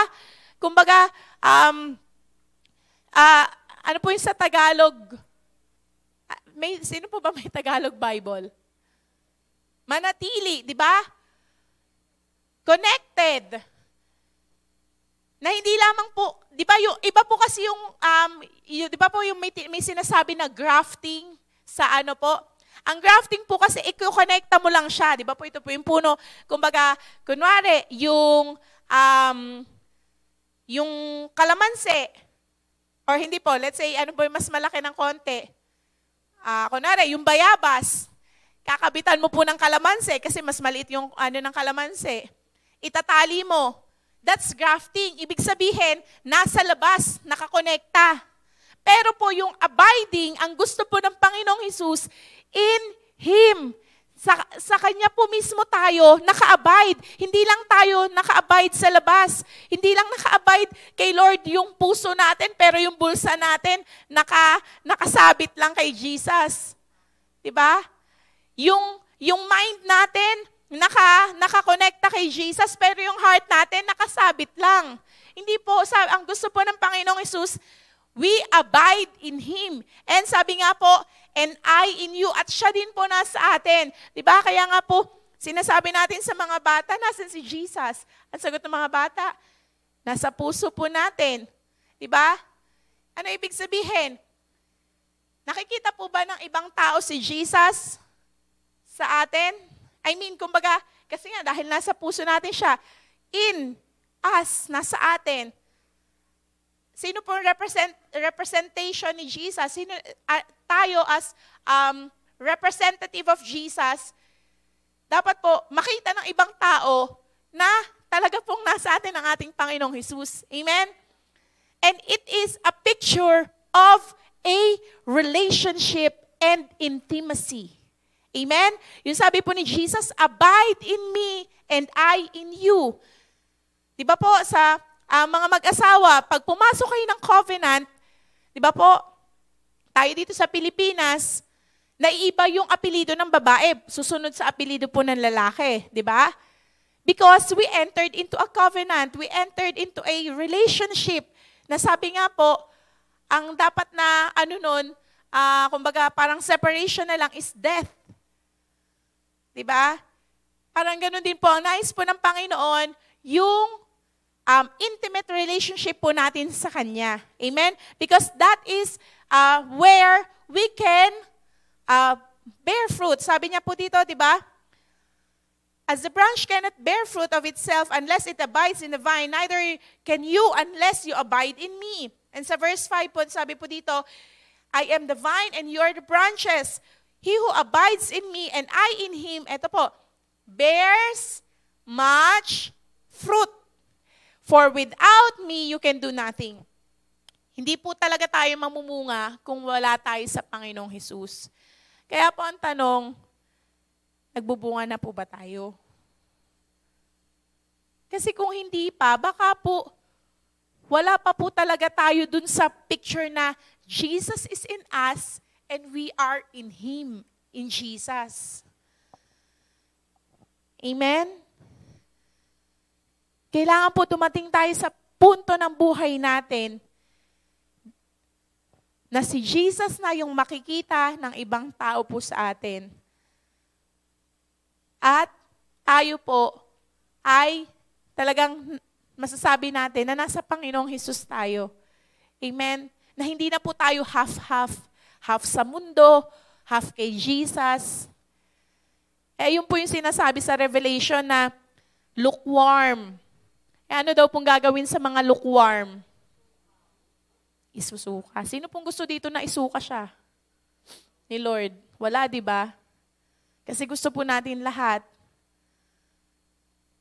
kasama natin ang Panginoong Hesus. Amen? Sabi nga po, as we abide in Jesus, we also abide in the Holy Spirit and in the Father God because they are one. Amen? Hindi po natin pwedeng paghiwa-hiwalayin silang tatlo. Kasi they are one. Amen? Kaya po, we have to, for us to bear fruit, yun nga po, talaga pong kailangan po, nasa Panginoong Hesus tayo. And Jesus is the one who will teach us the right way, the truth, and the life. Wala pong iba. Wala nang, wala nang ibang daan para po makarating tayo sa Diyos Ama, to have our connection to the Father, but only through our Lord Jesus Christ. At bago po tayo magtapos, last week po, I think Monday po ba yun? Sinabihan po ako ni Ate Aileen na yung kapitbahay po nila dyan sa Aragon, ninang po ni Ate Aiza alam sa, I think sa kasal po ba? Si Ate Jenny. Pinuntaan po namin siya. Pinag-pray po namin. Pero sinama ko po si Rev. Kasi po may conviction po ang Holy Spirit sa akin na isama si Rev. Pagpunta po namin doon, ang sabi niya, ilang araw na siya nilalagnat. Nagta-39 or almost 40 yata. Tapos nawawala. Tapos dumating po sa point na out of balance na siya. And then minsan po, parang hindi niya na alam yung nangyayari. Dinala siya sa hospital, hindi niya alam. Pina-check up po siya, wala nakikita. Yung doktor sa kanya. Kumbaga binibigyan lang po yata siya ng gamot para sa lagnat. Pero yung pinaka-sakit, hindi po ma-detect. Habang nagkikwento po siya, ni-remind po ng Holy Spirit si Rev, dun sa isang kapatiran po natin sa Mindoro na nakaranas po ng ganon. At yun nga po, nabanggit po ni Rev Stella na parang may parasite na yung pumupunta sa utak na yung mga symptoms parang same na yun nga po, yung nilalagnat, tapos parang nawawala sa ulirat, yung nawawala sa balance, biglang yung parang nawawala ng lakas yung parang ganun po. And then yun nga po, na-open po yun ni Rev Stella. Tapos, in short po, pinag-pray po namin siya at yun nga po, malis na kami. And then nung Wednesday po, na don't watch po namin sa mga nanay. Habang nagpe-pray po kami, pinakita po ng Holy Spirit kay Ate Eileen, yun po ulit si Ate Jenny at nag-start po siyang mag-pray about her. At yun nga po, ni-rebuke yung parasite na yun in the name of our Lord Jesus Christ. And then habang pinagpe-pray po yun ni Ate Eileen, ang pinakita po next sa kanya is the church. Ang atake po ngayon ng kaaway sa church is a spiritual parasite. Noong mga nakaraan po, ang atake po lagi ng kaaway sa atin as a church is puro ahas. Marami po nakakapanaginip sa atin dito, yung mga may gift of dreams. Dami pong pag nag-share, ganyan. Puro ahas. Ang ahas po, madaling makita. Si May po, nung nakaraan, may nakitang ahas sa bahay niya. Pero praise be to God, at napatay po yung ahas. Diba, mas madaling makita yung ahas Pag gumalaw, pag may kumintab, may kakaibang alam agad na ahas. Pero yung parasite po, makikita lang siya in a microscope. Ano pong ibig sabihin nun? Kumbaga, hindi siya makikita ng naked eye. At yun nga po, habang sinasabi siya po sa akin ni Ate Eileen, pagkatapos po namin mag-pray nung Wednesday, tinatanong ko, Holy Spirit, ano po yun? Tapos habang nag-uusap nga po kami, pagkatapos na po ng ibaba yun sa group call, habang nagsasalita po si Ate Eileen, ang binibigay po na revelation sa akin ng Holy Spirit, hindi po tayo, parang katulad sa isang puno, di ba? Pag may parasite ang isang puno, ano yung usually na inuubos yung dahon, inuubos yung bunga, di ba? Kumbaga mamungang man, pero kakainin ng mga parasite. O kaya po, inside, maaring nakatayo siya, pero sa loob pala po, parang katulad ng anay, di ba? Nakatayo, pero sa loob, ubus na pala. Kasi may anay. Ano pong ibig sabihin? What am I saying po? In the church, we have, I don't know if it's already happening in us today or kailangan nating maging prepared for it. Pero po, praise be to God, pinakita po ng Diyos, kumbaga, specific na attack ng kaaway sa atin. At paano po natin to, paano po natin siya ngayon, gagapiin, or paano natin matatalo yung kaaway, di ba? Yung gusto na yon na na yung mga spiritual parasites na yon. Katulad po ng pinag-aralan natin kanina, ang isang binigay din po ng Holy Spirit kay Ate Eileen, saan po ba usually dumadaan ang parasites sa tao? Sa mga open, pong tawag doon?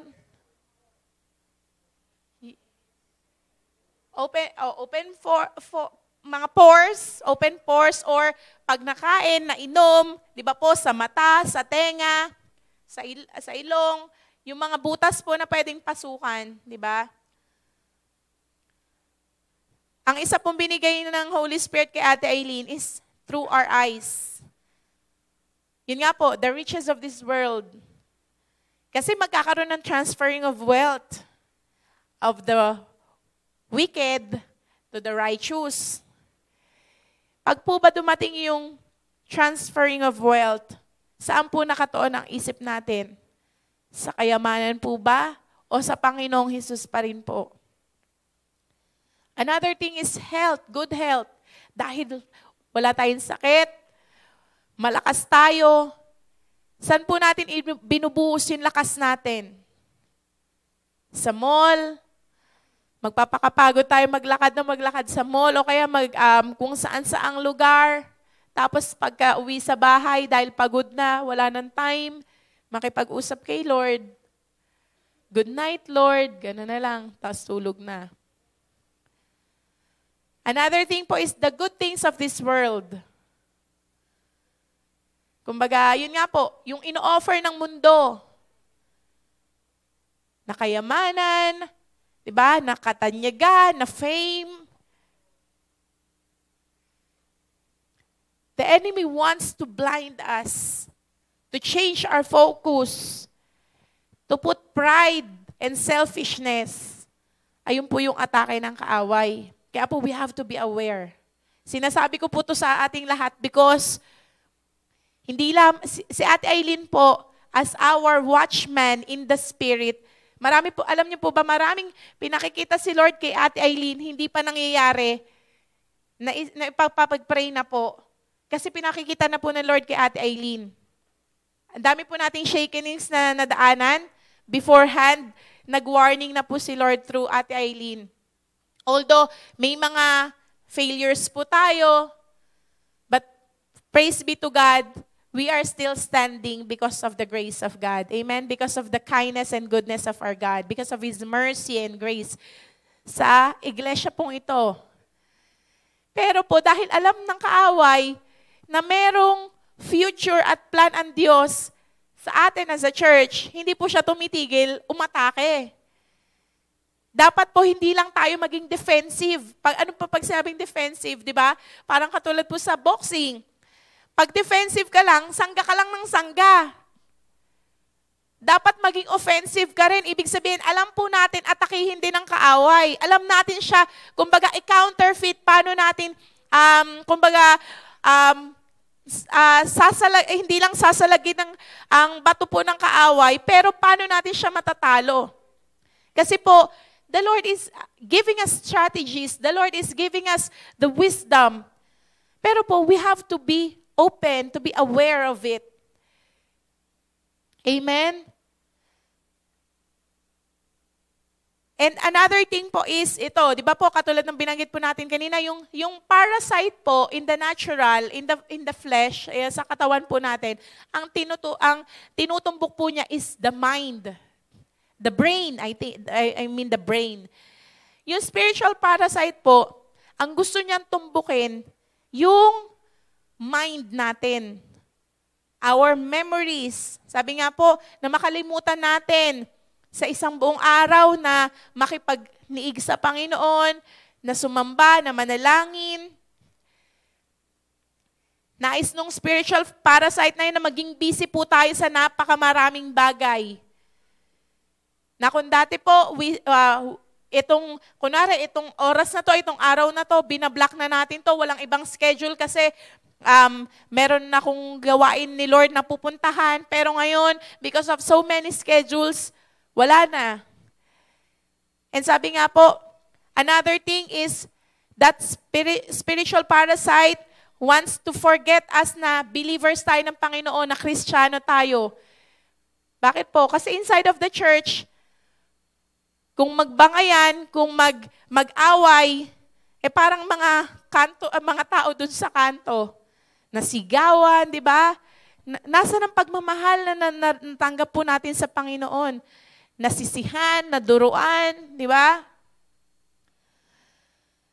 And another thing is, sabi nga po, instead of following Christ, that spiritual parasite wants us to follow the world. Ano yung ino-offer ng mundo? Dito tayo. Sa mundo, di ba? Yung mga tickets ng mga concert, 1,000. Pero pag yung may mga project and church, ang daming excuses or hindi makapagbigay, nasan po yung puso talaga natin? Wala po akong pinatatamaan, I'm just saying kung ano po yung mga pinakita ni Lord kay Ate Aileen. And last is to turn away from our purpose and plan po ng Diyos sa buhay natin. That spiritual parasite is attacking our mind, our will, our emotion. Kaya po kung hindi tayo aware, maari pong madala tayo. Nakala natin, normal, away-away lang yan or normal lang yan.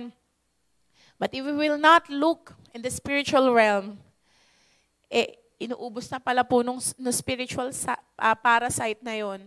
Yung pagmamahal na natanggap natin galing kay Lord. Inuubos na ng spiritual parasite na yon, yung word na nakatanim sa puso natin. At bakit po napapalitan na ng galit, ng sama ng loob, napapalitan na ng unforgiveness, napapalitan na ng kumbaga mas malakas na yung mga bagay sa mundong ito kaysa sa pagmamahal po natin sa Panginoon. We are being contaminated by those spiritual parasites if we will allow it to enter. Ano po ibig sabihin nun? Yung mga butas na pwede niyang pasukan, kung hindi po natin sasaraduhan, makakapasok siya. Kaya po ngayon, ang tanong, ano po yung mga bagay na pinakikinggan natin? Saan tayo nakikinig?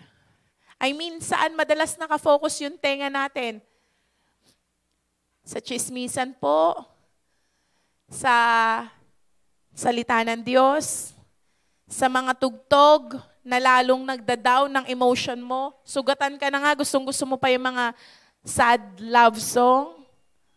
O di hindi ka na po ano yung mga pinakikinggan po natin? What enters our ears? Next po, ano yung mga pinanonood natin? Ano yung mga, kasi po, whatever we watch, it enters our soul. Kaya po kung mahilig ka manood ng horror movies, you are allowing the evil one to enter your mind, your eyes, and it enters your soul. Ano po yung mga inaalaw natin na pumasok sa mind natin? I mean sa eyes natin. Ano yung mga pinipili natin na mga, na mga makita natin sa cellphone, sa TV, sa laptop, sa iPad, or ano pa man, or kahit sa, sa paligid natin. Ano po yung mga pumapasok sa bibig natin at lumalabas din sa bibig natin? Sabi nga po, di ba sa Bible, hindi pwedeng yung praises lumalabas sa mouth natin, pero at the same time, may curses din na lumalabas sa mouth natin. Di ba po? Ano yung hinahawakan ng mga kamay natin? Ano yung saan tayo po pumupunta? Ayun po yung mga tanong eh. And that questions, tanging personally po, tayo lang yung makakasagot. It's between we and tayo po at ang Diyos. Meron po akong binabasa ngayon.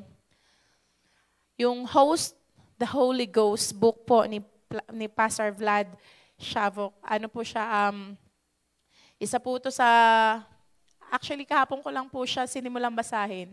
E-book po yung pinurchase ko para po kahit nasan ako. Tsaka po kasi pag dahil sa US pa siya, sabi ko nga po, sana kung alam kong makakauwi agad si Tita Glor, nagpasabay po ako ng yung hardbound na libro.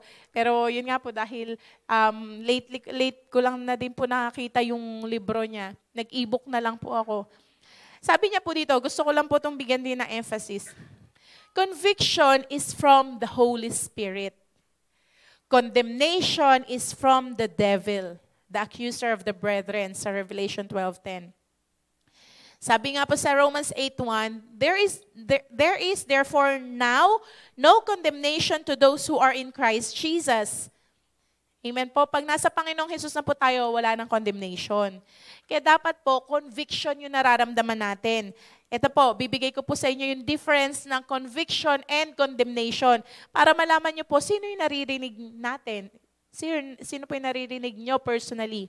Sabi po niya dito, sa kanyang libro, conviction gives hope. Condemnation makes you hopeless. So, pag yung naririnig mo, parang naho-hopeless ka sa mga nangyayari or parang nawawalan ka ng pag-asa, it's a condemnation from the evil. Pero pag it gives hope, it's a conviction from the Holy Spirit.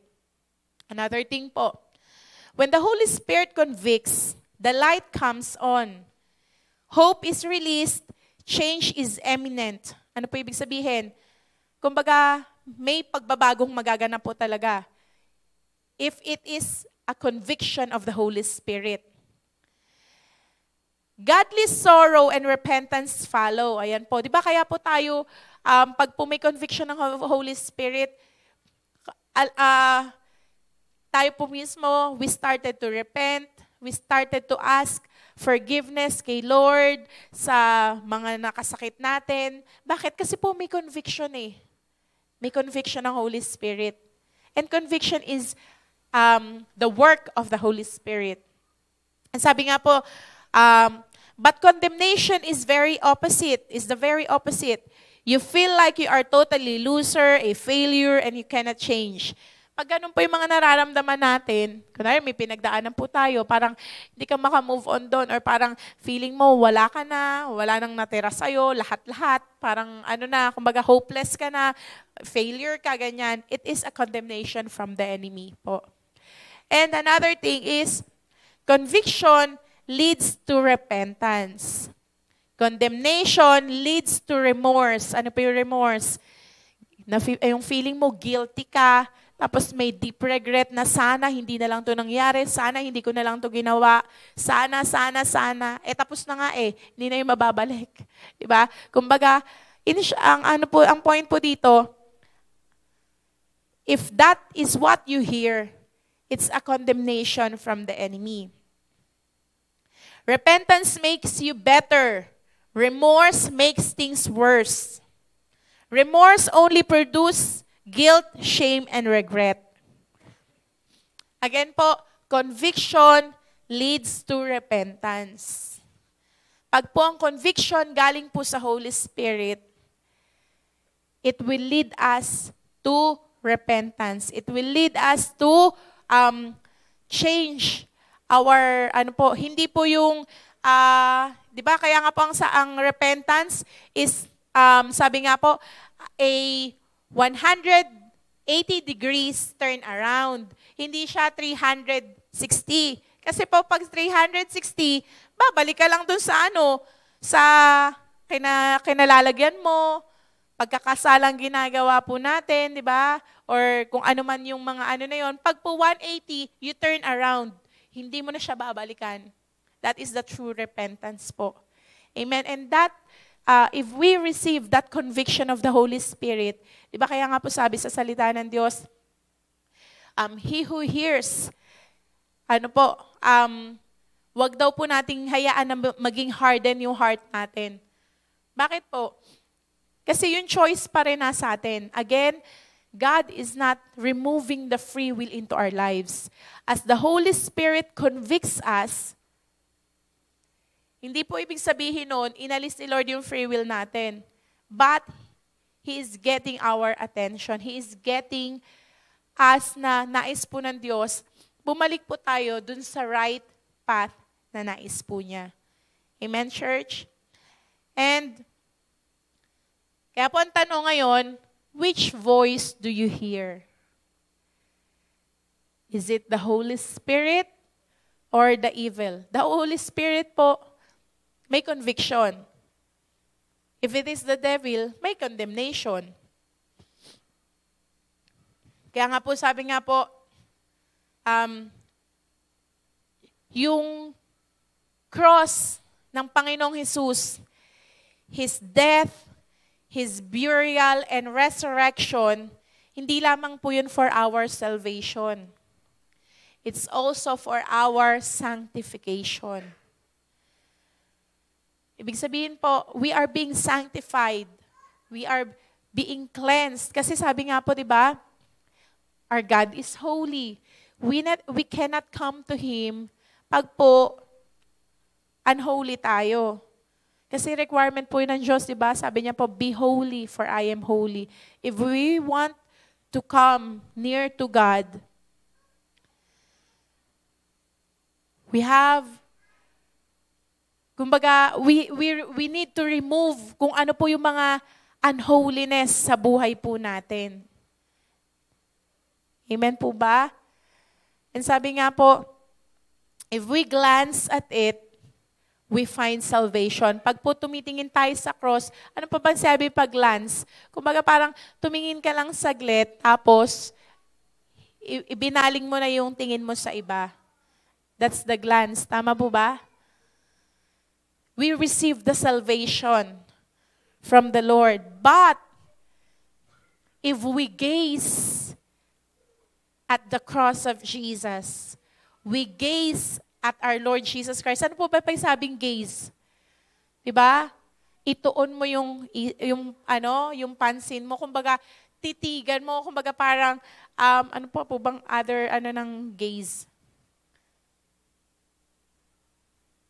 Sabi po is, observe, stare. Kumbaga sa ano po, talagang tumingin tayo. Kaya nga po sabi po, diba, sa salita po ng Diyos, look unto Jesus, the author and the finisher of our faith. Sinabi po, tumingin tayo sa Panginoon.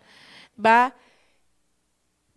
Because when we gaze upon our Lord Jesus Christ, when we gaze upon the cross of our Lord Jesus Christ, there will be a transformation. Meron pong transformation ng buhay. Amen? Kaya po, sa umaga pong ito, I believe the Lord wants us to become fruitful. Kasi dinesign niya po tayo na maging fruitful. And yet, there are spiritual parasites that trying to get our attention, our focus, para po mawala sa Panginoon. But this morning po, it is between you and the Lord. Si Lord po nakakaalam ng puso natin. Tayo po nakakaalam din ng laman talaga ng puso natin, di ba? Sabi nga po, pwede nating dayain yung katabi natin, yung asawa natin, yung mga tao sa paligid natin. But we will never ever be able to deceive ourselves. Tama po ba? Hindi po natin pwedeng dayain yung sarili natin. At lalo na po si Lord. He knows our hearts. He knows what's inside of it. Kahit po hindi natin sinasabi, hindi natin binubukas sa ating mga labi. But the Lord knows it. Amen po? As we stand up, can we sing that song? When I look into your holiness, when I gaze into your loveliness, when all things that surround become shadows in the light of you.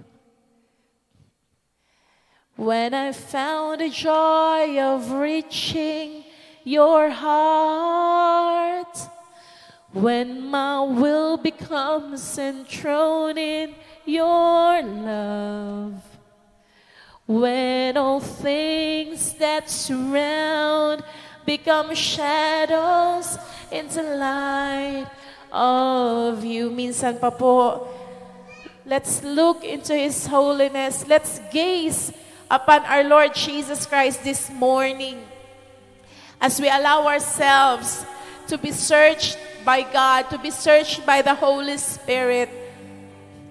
Let's gaze upon our God. Let's gaze upon His beauty, upon His holiness. And as we stand before Him, it's in the righteousness of our Lord Jesus Christ. It's not our own righteousness, but it is the righteousness of our Lord Jesus Christ.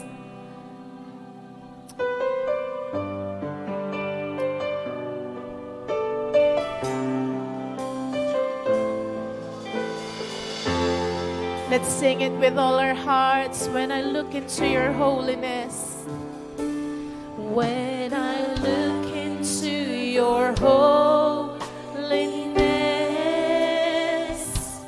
When I gaze into your loveliness,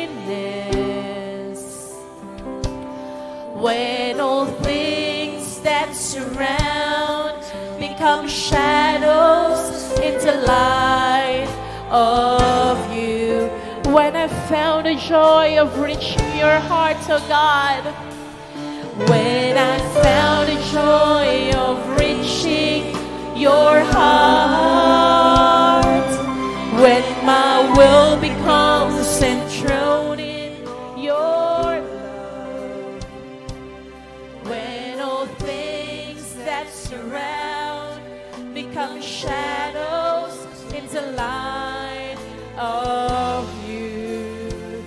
Oh, we worship you, Jesus. I worship you.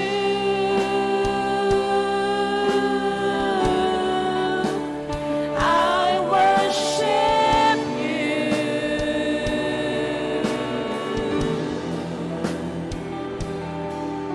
The reason I live is to worship you.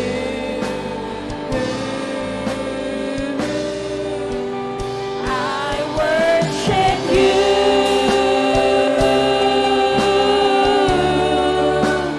I worship you.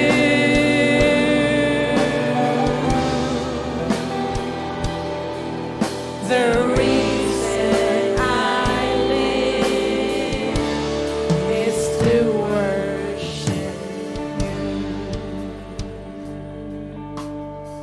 This very moment po, because it is only you and I who really knows our hearts.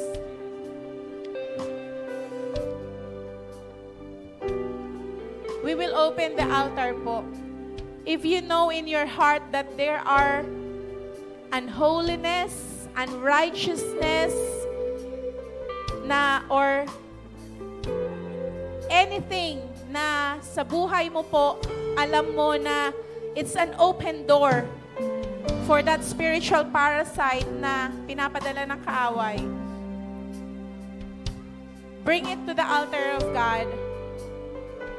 Drop it here. Ano po, it's an act of, it's a prophetic gesture that you will lay down before the altar of God. And we will ask the Lord na i-burn po ng kanyang fire yung lahat ng yun, lahat ng unholiness, lahat ng unrighteousness na meron tayo, that we will be able to walk in holiness, in righteousness, in purity before His sight. And I believe the Lord wants us to purify us, to sanctify us. Kasi katulad po ng gold, di ba?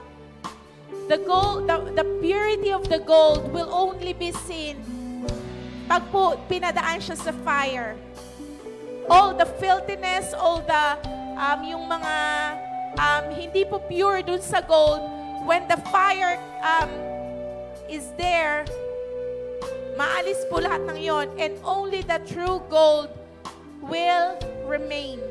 At gusto po ni Lord yung totoong ginto, totoong tayo, kung ano yung pagkakadisenyo niya sa atin, ayun yung matira sa atin. Kung ano po yung nais ni Lord sa buhay natin, ayun yung matira sa atin. Because that is the best design of God into our lives. There will be no condemnation. Again po, conviction is from the Holy Spirit. Condemnation is from the enemy. As you come, remove the mind na, ay malalaman nila na meron akong ginagawang mali. Malalaman nila, no, it's only between you and God.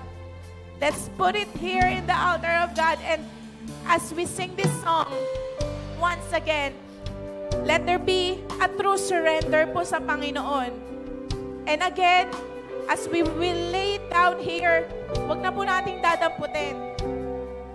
As the Lord, let His fire burn all those, filthiness, all those uncleanliness, all those, para walang maging butas pang kaaway. Amen? church. Again, it's between we and tayo po at ang Diyos. Kung hindi pupunta yung katabi mo, it's okay. But if you know in your heart that you have to lay it down before the Lord, let's do it. Ako po, sumusunod lang din po ako sa instruction ng Holy Spirit. And we're opening the altars this morning po. When I look into your holiness, when I gaze into your loveliness, when all things that surround become shadows in the light of you. Oh, when I found the joy of reaching your heart, when I found the joy of reaching your heart, when my will becomes enthroned in your love, when all things that surround become shadows in the light of you. Oh, we worship you, oh God. I worship you with all our hearts, with all our soul, with all our strength, oh God, with all our whole being. We want to worship you, oh God. Lord, na wala Panginoong mga sabit, oh God, sa aming mga buhay, sa aming mga puso, oh God.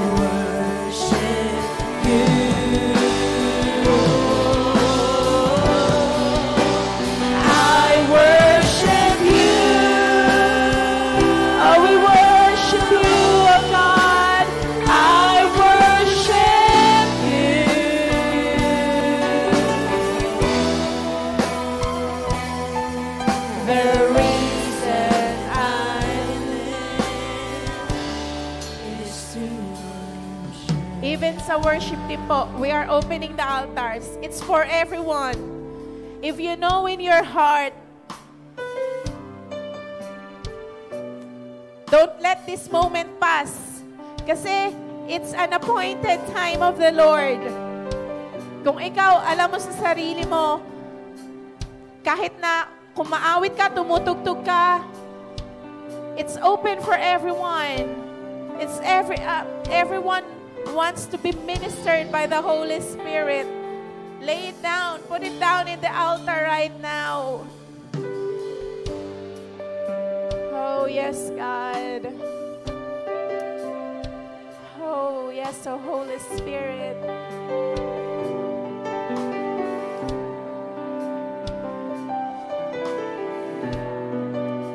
Oh, yes, oh, God. Yes, oh, God. When I look into your holiness, when I look into your holiness, when I gaze into your loveliness, oh, when all things that surround me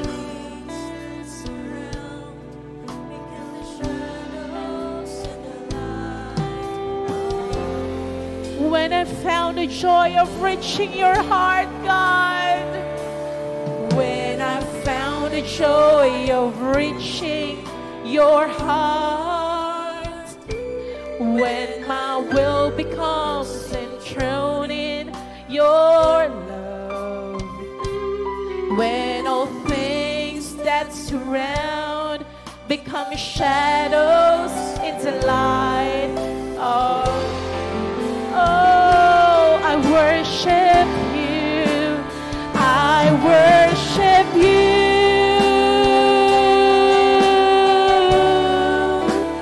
I worship you.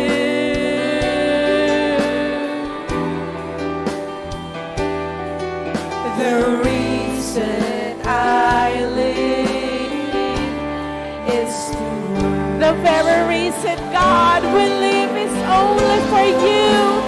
You only, God. I worship you.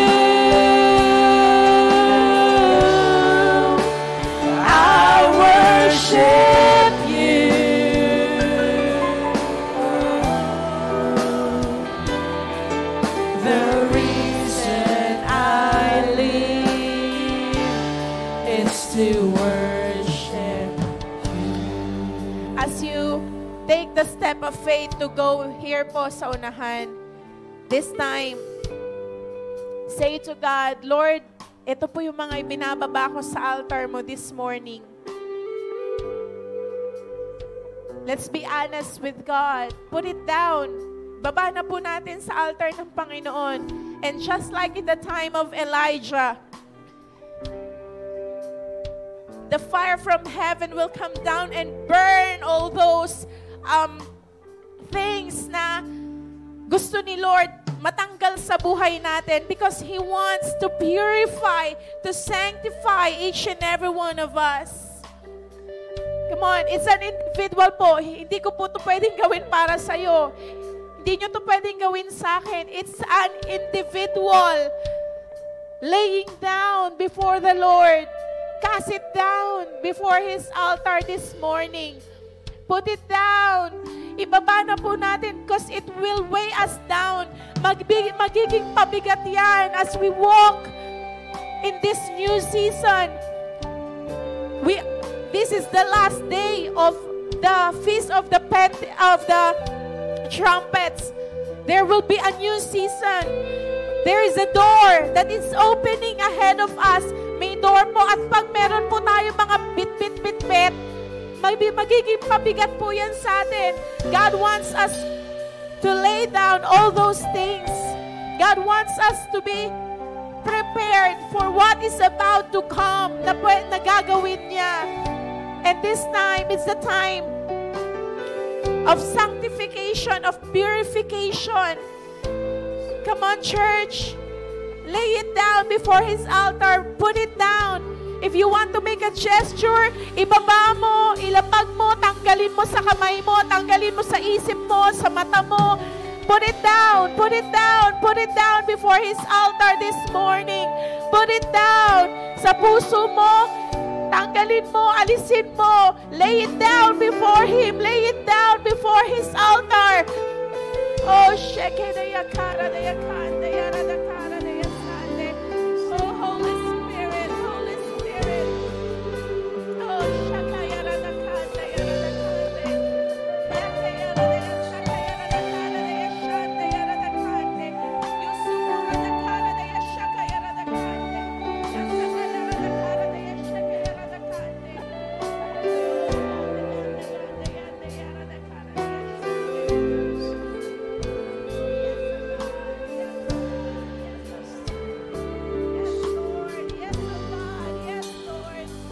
Panginoon, we are laying it down before you, God.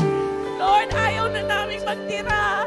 Ayaw na namin, Panginoon, bitbitin ang mga bagay na to, God. Maybe for too long, you are carrying that. It's time for you to lay it down before God. It's time for you to receive your breakthrough. God wants you to receive the fullness of His glory. But those things, those unfilthiness, those sins, those are the things that hindering the hand of God to move in your life. Oh,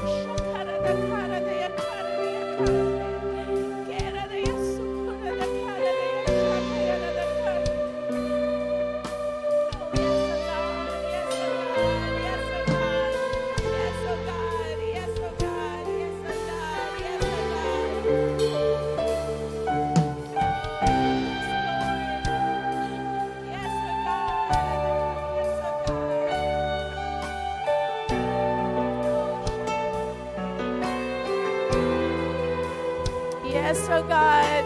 Father, in the name of Jesus, let your fire, oh God, Lord, burn, oh God, all those things, oh God, that must be burned into our lives. And only, oh God, Lord, yung karapat-dapat na matira sa puso namin, sa buhay namin, Panginoon, ang matira. Oh, let your fire, oh God, burn, oh God. Lord, yes, oh God, especially those spiritual parasites, oh God, in Jesus' name, let it be burned, oh God, with the fire of the Lord, in Jesus' name, Lord, in the mind, in the heart of your people, oh God. Yes, Lord, yes, oh God, yes, every holes of the enemy, Lord, yes, oh God, Lord, matakpan, Panginoon, ang mga pwedeng daanan ng kaaway, O God. Lord, sa buhay ng iyong mga anak, O God, in the name of Jesus, in the name of Jesus, in the name of Jesus, O God. Lord, thank you, O God. Yes, Lord, deliver your people, O God. You are a great deliverer, O God. Yes, Lord. Yes, O God. Yes, O God. Yes, O God. Yes, O God. Yes, O God. Oh, yes, Lord. Hallelujah. Hallelujah. Oh, thank you, Lord. Thank you, Lord.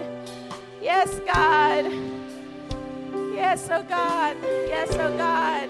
Yes, O God. Oh, thank you, Lord. Yes, oh God. Thank you, Holy Spirit. Thank you, Holy Spirit. Thank you, Holy Spirit. Thank you, Holy Spirit, for setting your people free. Thank you, Holy Spirit, oh God. Lord, for the breakthrough, oh God. For the revival, oh God, that you are doing, Lord, into your church, into the hearts of your people, oh God. Yes, oh God. Yes, oh God. Yes, oh God. Yes, oh God. Thank you, Lord. Thank you, Lord. Thank you, Lord. Hallelujah. Hallelujah. Hallelujah. Hallelujah. Yes, oh God. Yes, Lord. Yes, oh God. Starting this very moment, God, Lord, let there be a true surrender to you, oh God. A true surrender of everything, oh God, in us. Hallelujah. Oh, hallelujah, hallelujah. Hallelujah.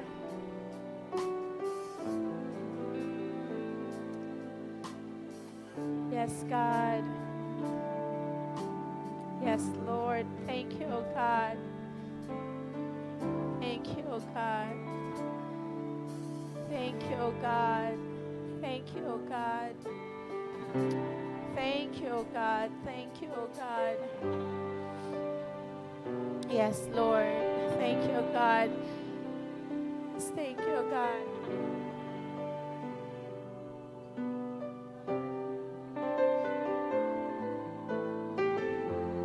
Amen. Thank you, Lord. Sa pagkakataon na ito, the Lord wants the full surrender of each and every one of us. We are on the last days. Ang kaaway talagang naroon na nais niya na tayo ay guluhin. And this day, ang nais ng ating Panginoon, naroon na ang kapangyarihan ng Santong Espiritu ay maranasan ng bawat isa sa atin. Hallelujah.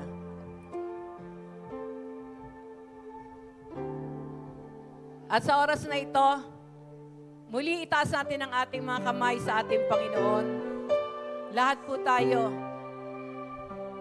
And let's have a full surrender sa ating Panginoon. Huwag nating hayaan na mayroon pang mga bagay sa ating mga buhay na hindi natin maisuko sa ating Panginoon. Let's pray this simple prayer. Ipanalangin natin itong simpleng panalangin na ito, ngunit nanggagaling sa ating mga puso.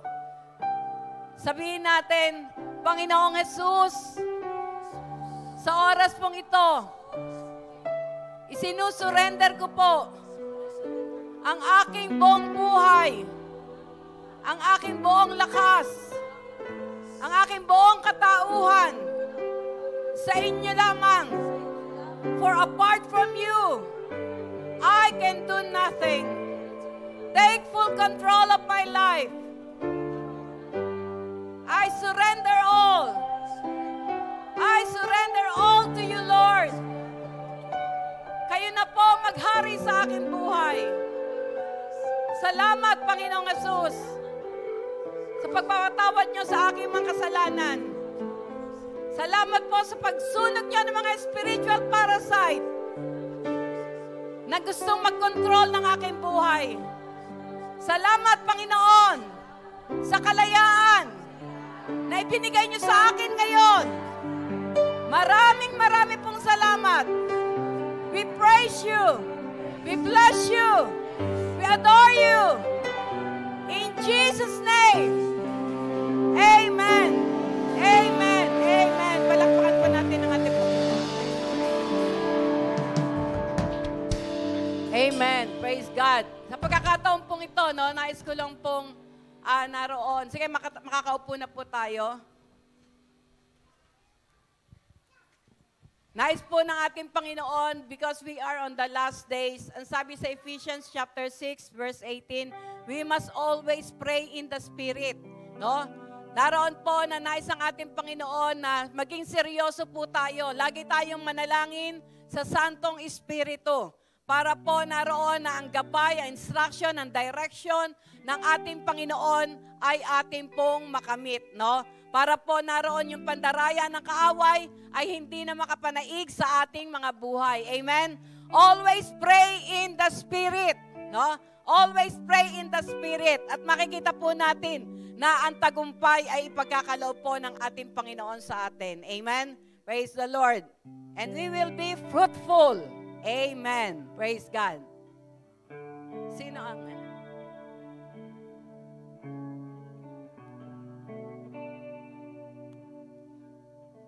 Amen. Sino po ang gustong pagpalain at maging fruitful? Ayan. So, lahat po tayo, gusto po natin maging mabunga. So, be fruitful, yun po ang ating theme for this month. Ang pagiging fruitful daw po ay pagpoproduce ng same of a kind. Ano po ba ang meron tayo? Gusto nyo po ba itong mag-multiply, magbunga? Fruitfulness is an activity that multiplies or adds to what's already there or producing something. Ano ba ang meron tayo ngayon? Sabi ng Panginoon, sino po nagtatanim sa mabato? Wala, di ba? Kasi hindi siya fertile ground. So tayo po ay magtanim sa fertile ground. At sa pagtatanim po, sabi nga po kanina sa pag-aralan natin, being fruitful is not an option. Ito po ay instruction ng ating Panginoon. So sa ating pagsunod, sa ating Panginoon, tayo ay magbubunga. Ano po ang kaakibat na blessing? Magbubunga tayo. Magbubunga kung ano ang meron tayong itatanim. Tayo po ay magtanim sa gawain ng Panginoon. At ito po ay isang fertile ground. Sabi po sa Psalms 37:4, delight thyself into the Lord, and He shall give thee the desires of your heart. Ang ating pong mga puso, ayun, tamnan po natin ang gawain ng Panginoon.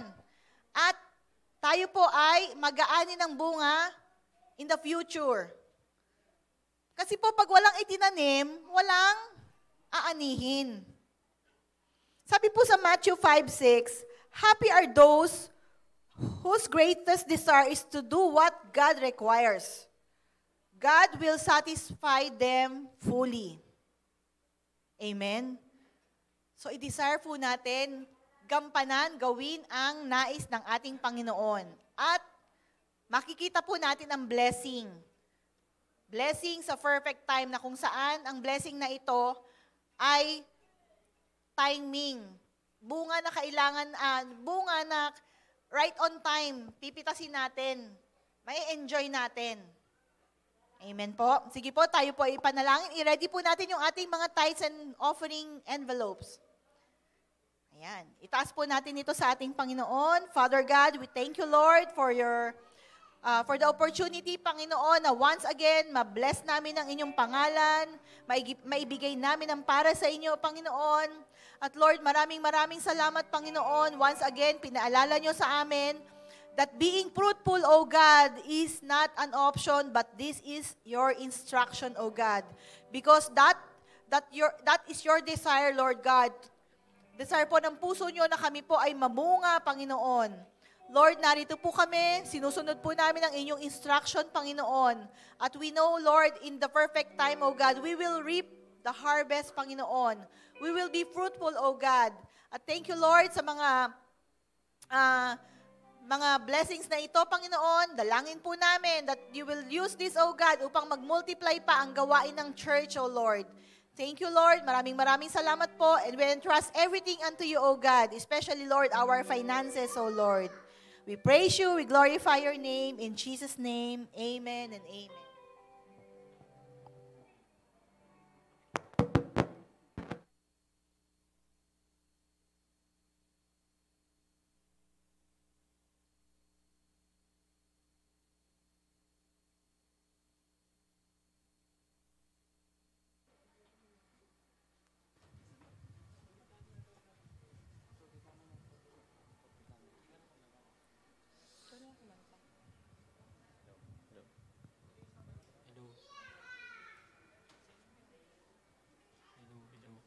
Hello.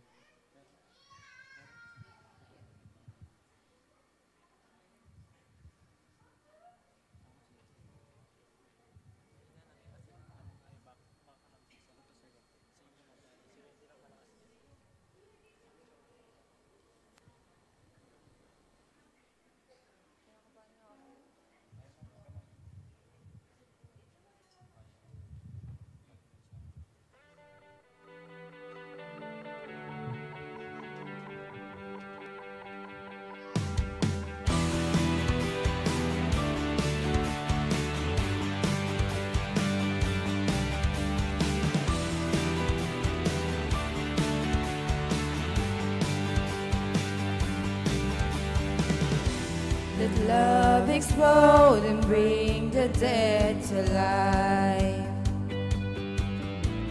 A love so bold to see a revolution somehow.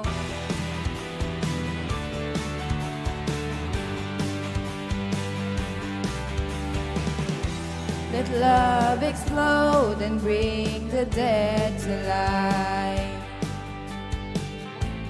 A love so bold to see a revolution somehow.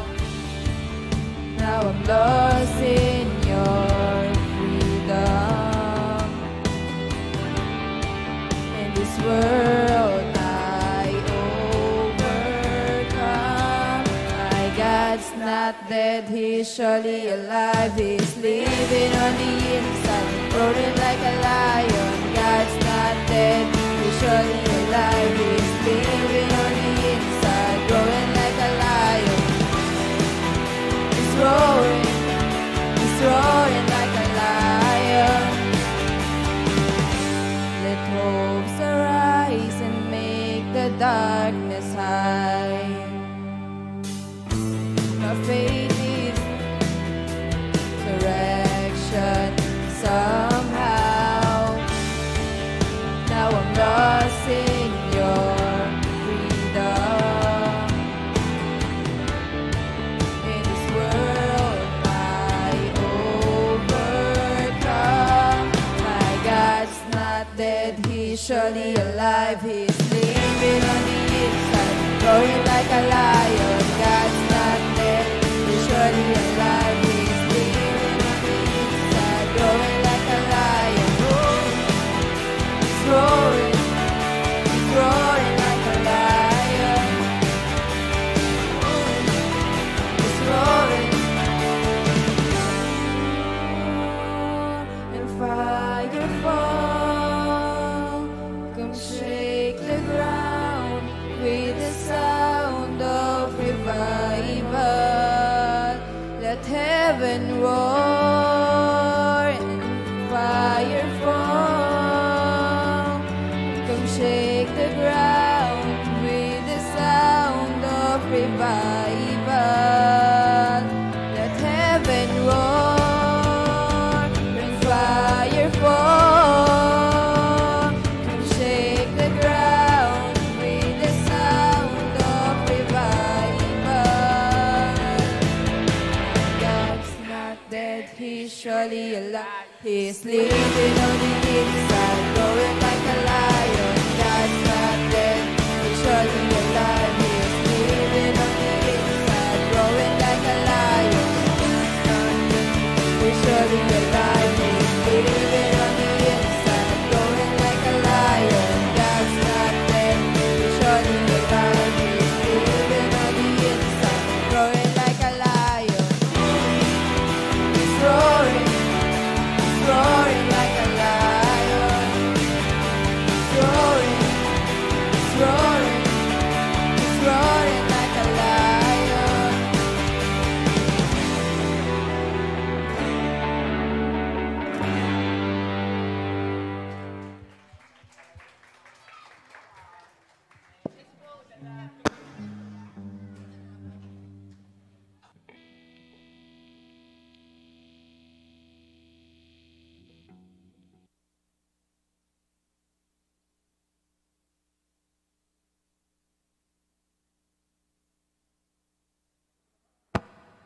praise. Amen. Dako po tayo sa ating announcement. Yan, magkakaroon po tayo ng Leaders and Workers Summit this coming October 7 dito po sa ating church. Anong time? Wala pa pong time. So wala pa pong time, i-announce na lang po ulit kung ano pong oras po yung gaganapin yung ating summit. And patuloy po tayong manood ng ating Speak Live. Every Monday po yan ng 7:30 p.m. Live po yan sa ating Facebook page. And Tinig ng Pag-asa every Thursday naman po ng 7:30. And midweek service every Wednesday ng 7 p.m. We encourage everyone po na dumalo po sa ating midweek service. Maging sa ating soaking po, every Friday po yan ng 7:30 p.m. Ito po ang ating schedule po ng ating soaking. Pag first Friday po is worship team, second Friday men's, third Friday women's, fourth Friday kids, and fifth Friday is pangkalahatan po, general overnight prayer. So this coming week po, ngayong Friday po, mga kids po ang nakaschedule po sa ating soaking. And patuloy rin po ang ating spiritual feeding po via Zoom po yan every Tuesday po ng 8 p.m. And ito po yung schedule po ng ating mga online prayer gatherings. Sa Fathers po, Monday to Friday, 4 a.m. Mothers, Monday to Saturday ng 5 a.m. And Pastors, every Monday to Friday ng 5 a.m.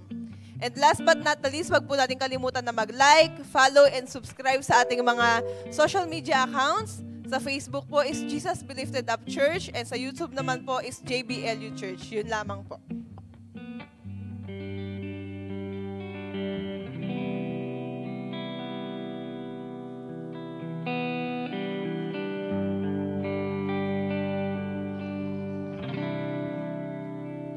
Sige po, tayo po'y muling tumayo. Muli po natin pasalamatan ang ating Panginoon. Let's give Him all the glory, all the honor. To God be the glory.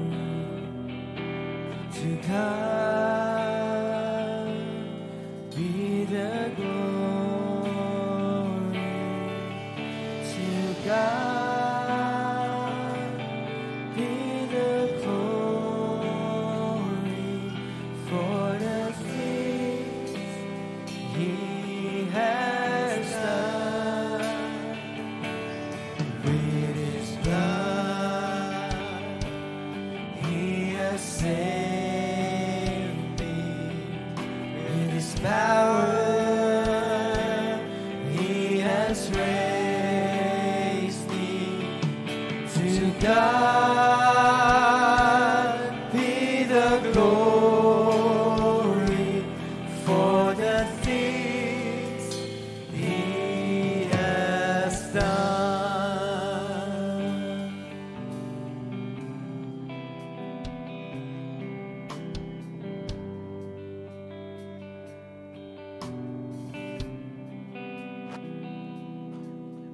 Amen. Tayo po'y manalangin. Manaming dakila sa lahat. O Lord, maraming salamat sa mensahe mo sa umagang ito, Panginoon. Lord, maraming salamat. Tunay nga po, Panginoon, na kapag kami hiwalay sa iyo, Panginoon, wala kaming magagawa, Panginoon. Kaya Lord, patuloy kami na susunod, Panginoon, makikinig. Panginoon, at nagpapasalamat kami sa karunungan, kaalaman at pangunawa na patuloy mong ipapadama, ipaparana sa amin, Panginoon. At ang mga kaalaman na ito, Panginoon, na aming naririnig ay dalangin ko na mai-apply namin. Maging doers kami ng mga salita mo, Panginoon. At patuloy kaming mamunga sa pamamagitan ng pananatili sa iyo at pagsunod sa lahat ng mga tagubilin mo sa amin, Ama. Lord, maraming salamat. Pagpalain mo po ang iyong lingkod na ginamit, Panginoon. Thank you for the double portion of anointing. Salamat. Thank you for the supernatural favor and provision, Panginoon, sa buhay niya at sa buhay ng kanyang mga mahal sa buhay, Ama. Lord, maraming salamat at salamat, Lord, sa pag-iingat mo sa aming mga kapatid na narito, Panginoon, sa pag-uwi nila sa kanilang pansamantalang tahanan, na dala-dala ang pag-ibig, kapayapaan at mga pagpapala na binahagi mo sa araw na ito, Ama. Salamat, Panginoon. Maraming salamat. Tunay nga po, Panginoon, ang lahat ng papuri, pagsamba, pagluwalhati ay para sa iyo lamang, Ama, ngayon at magpakailanman. God bless the Israel, and God bless the Philippines, and God bless all the Christian country. In Jesus' name, this we pray.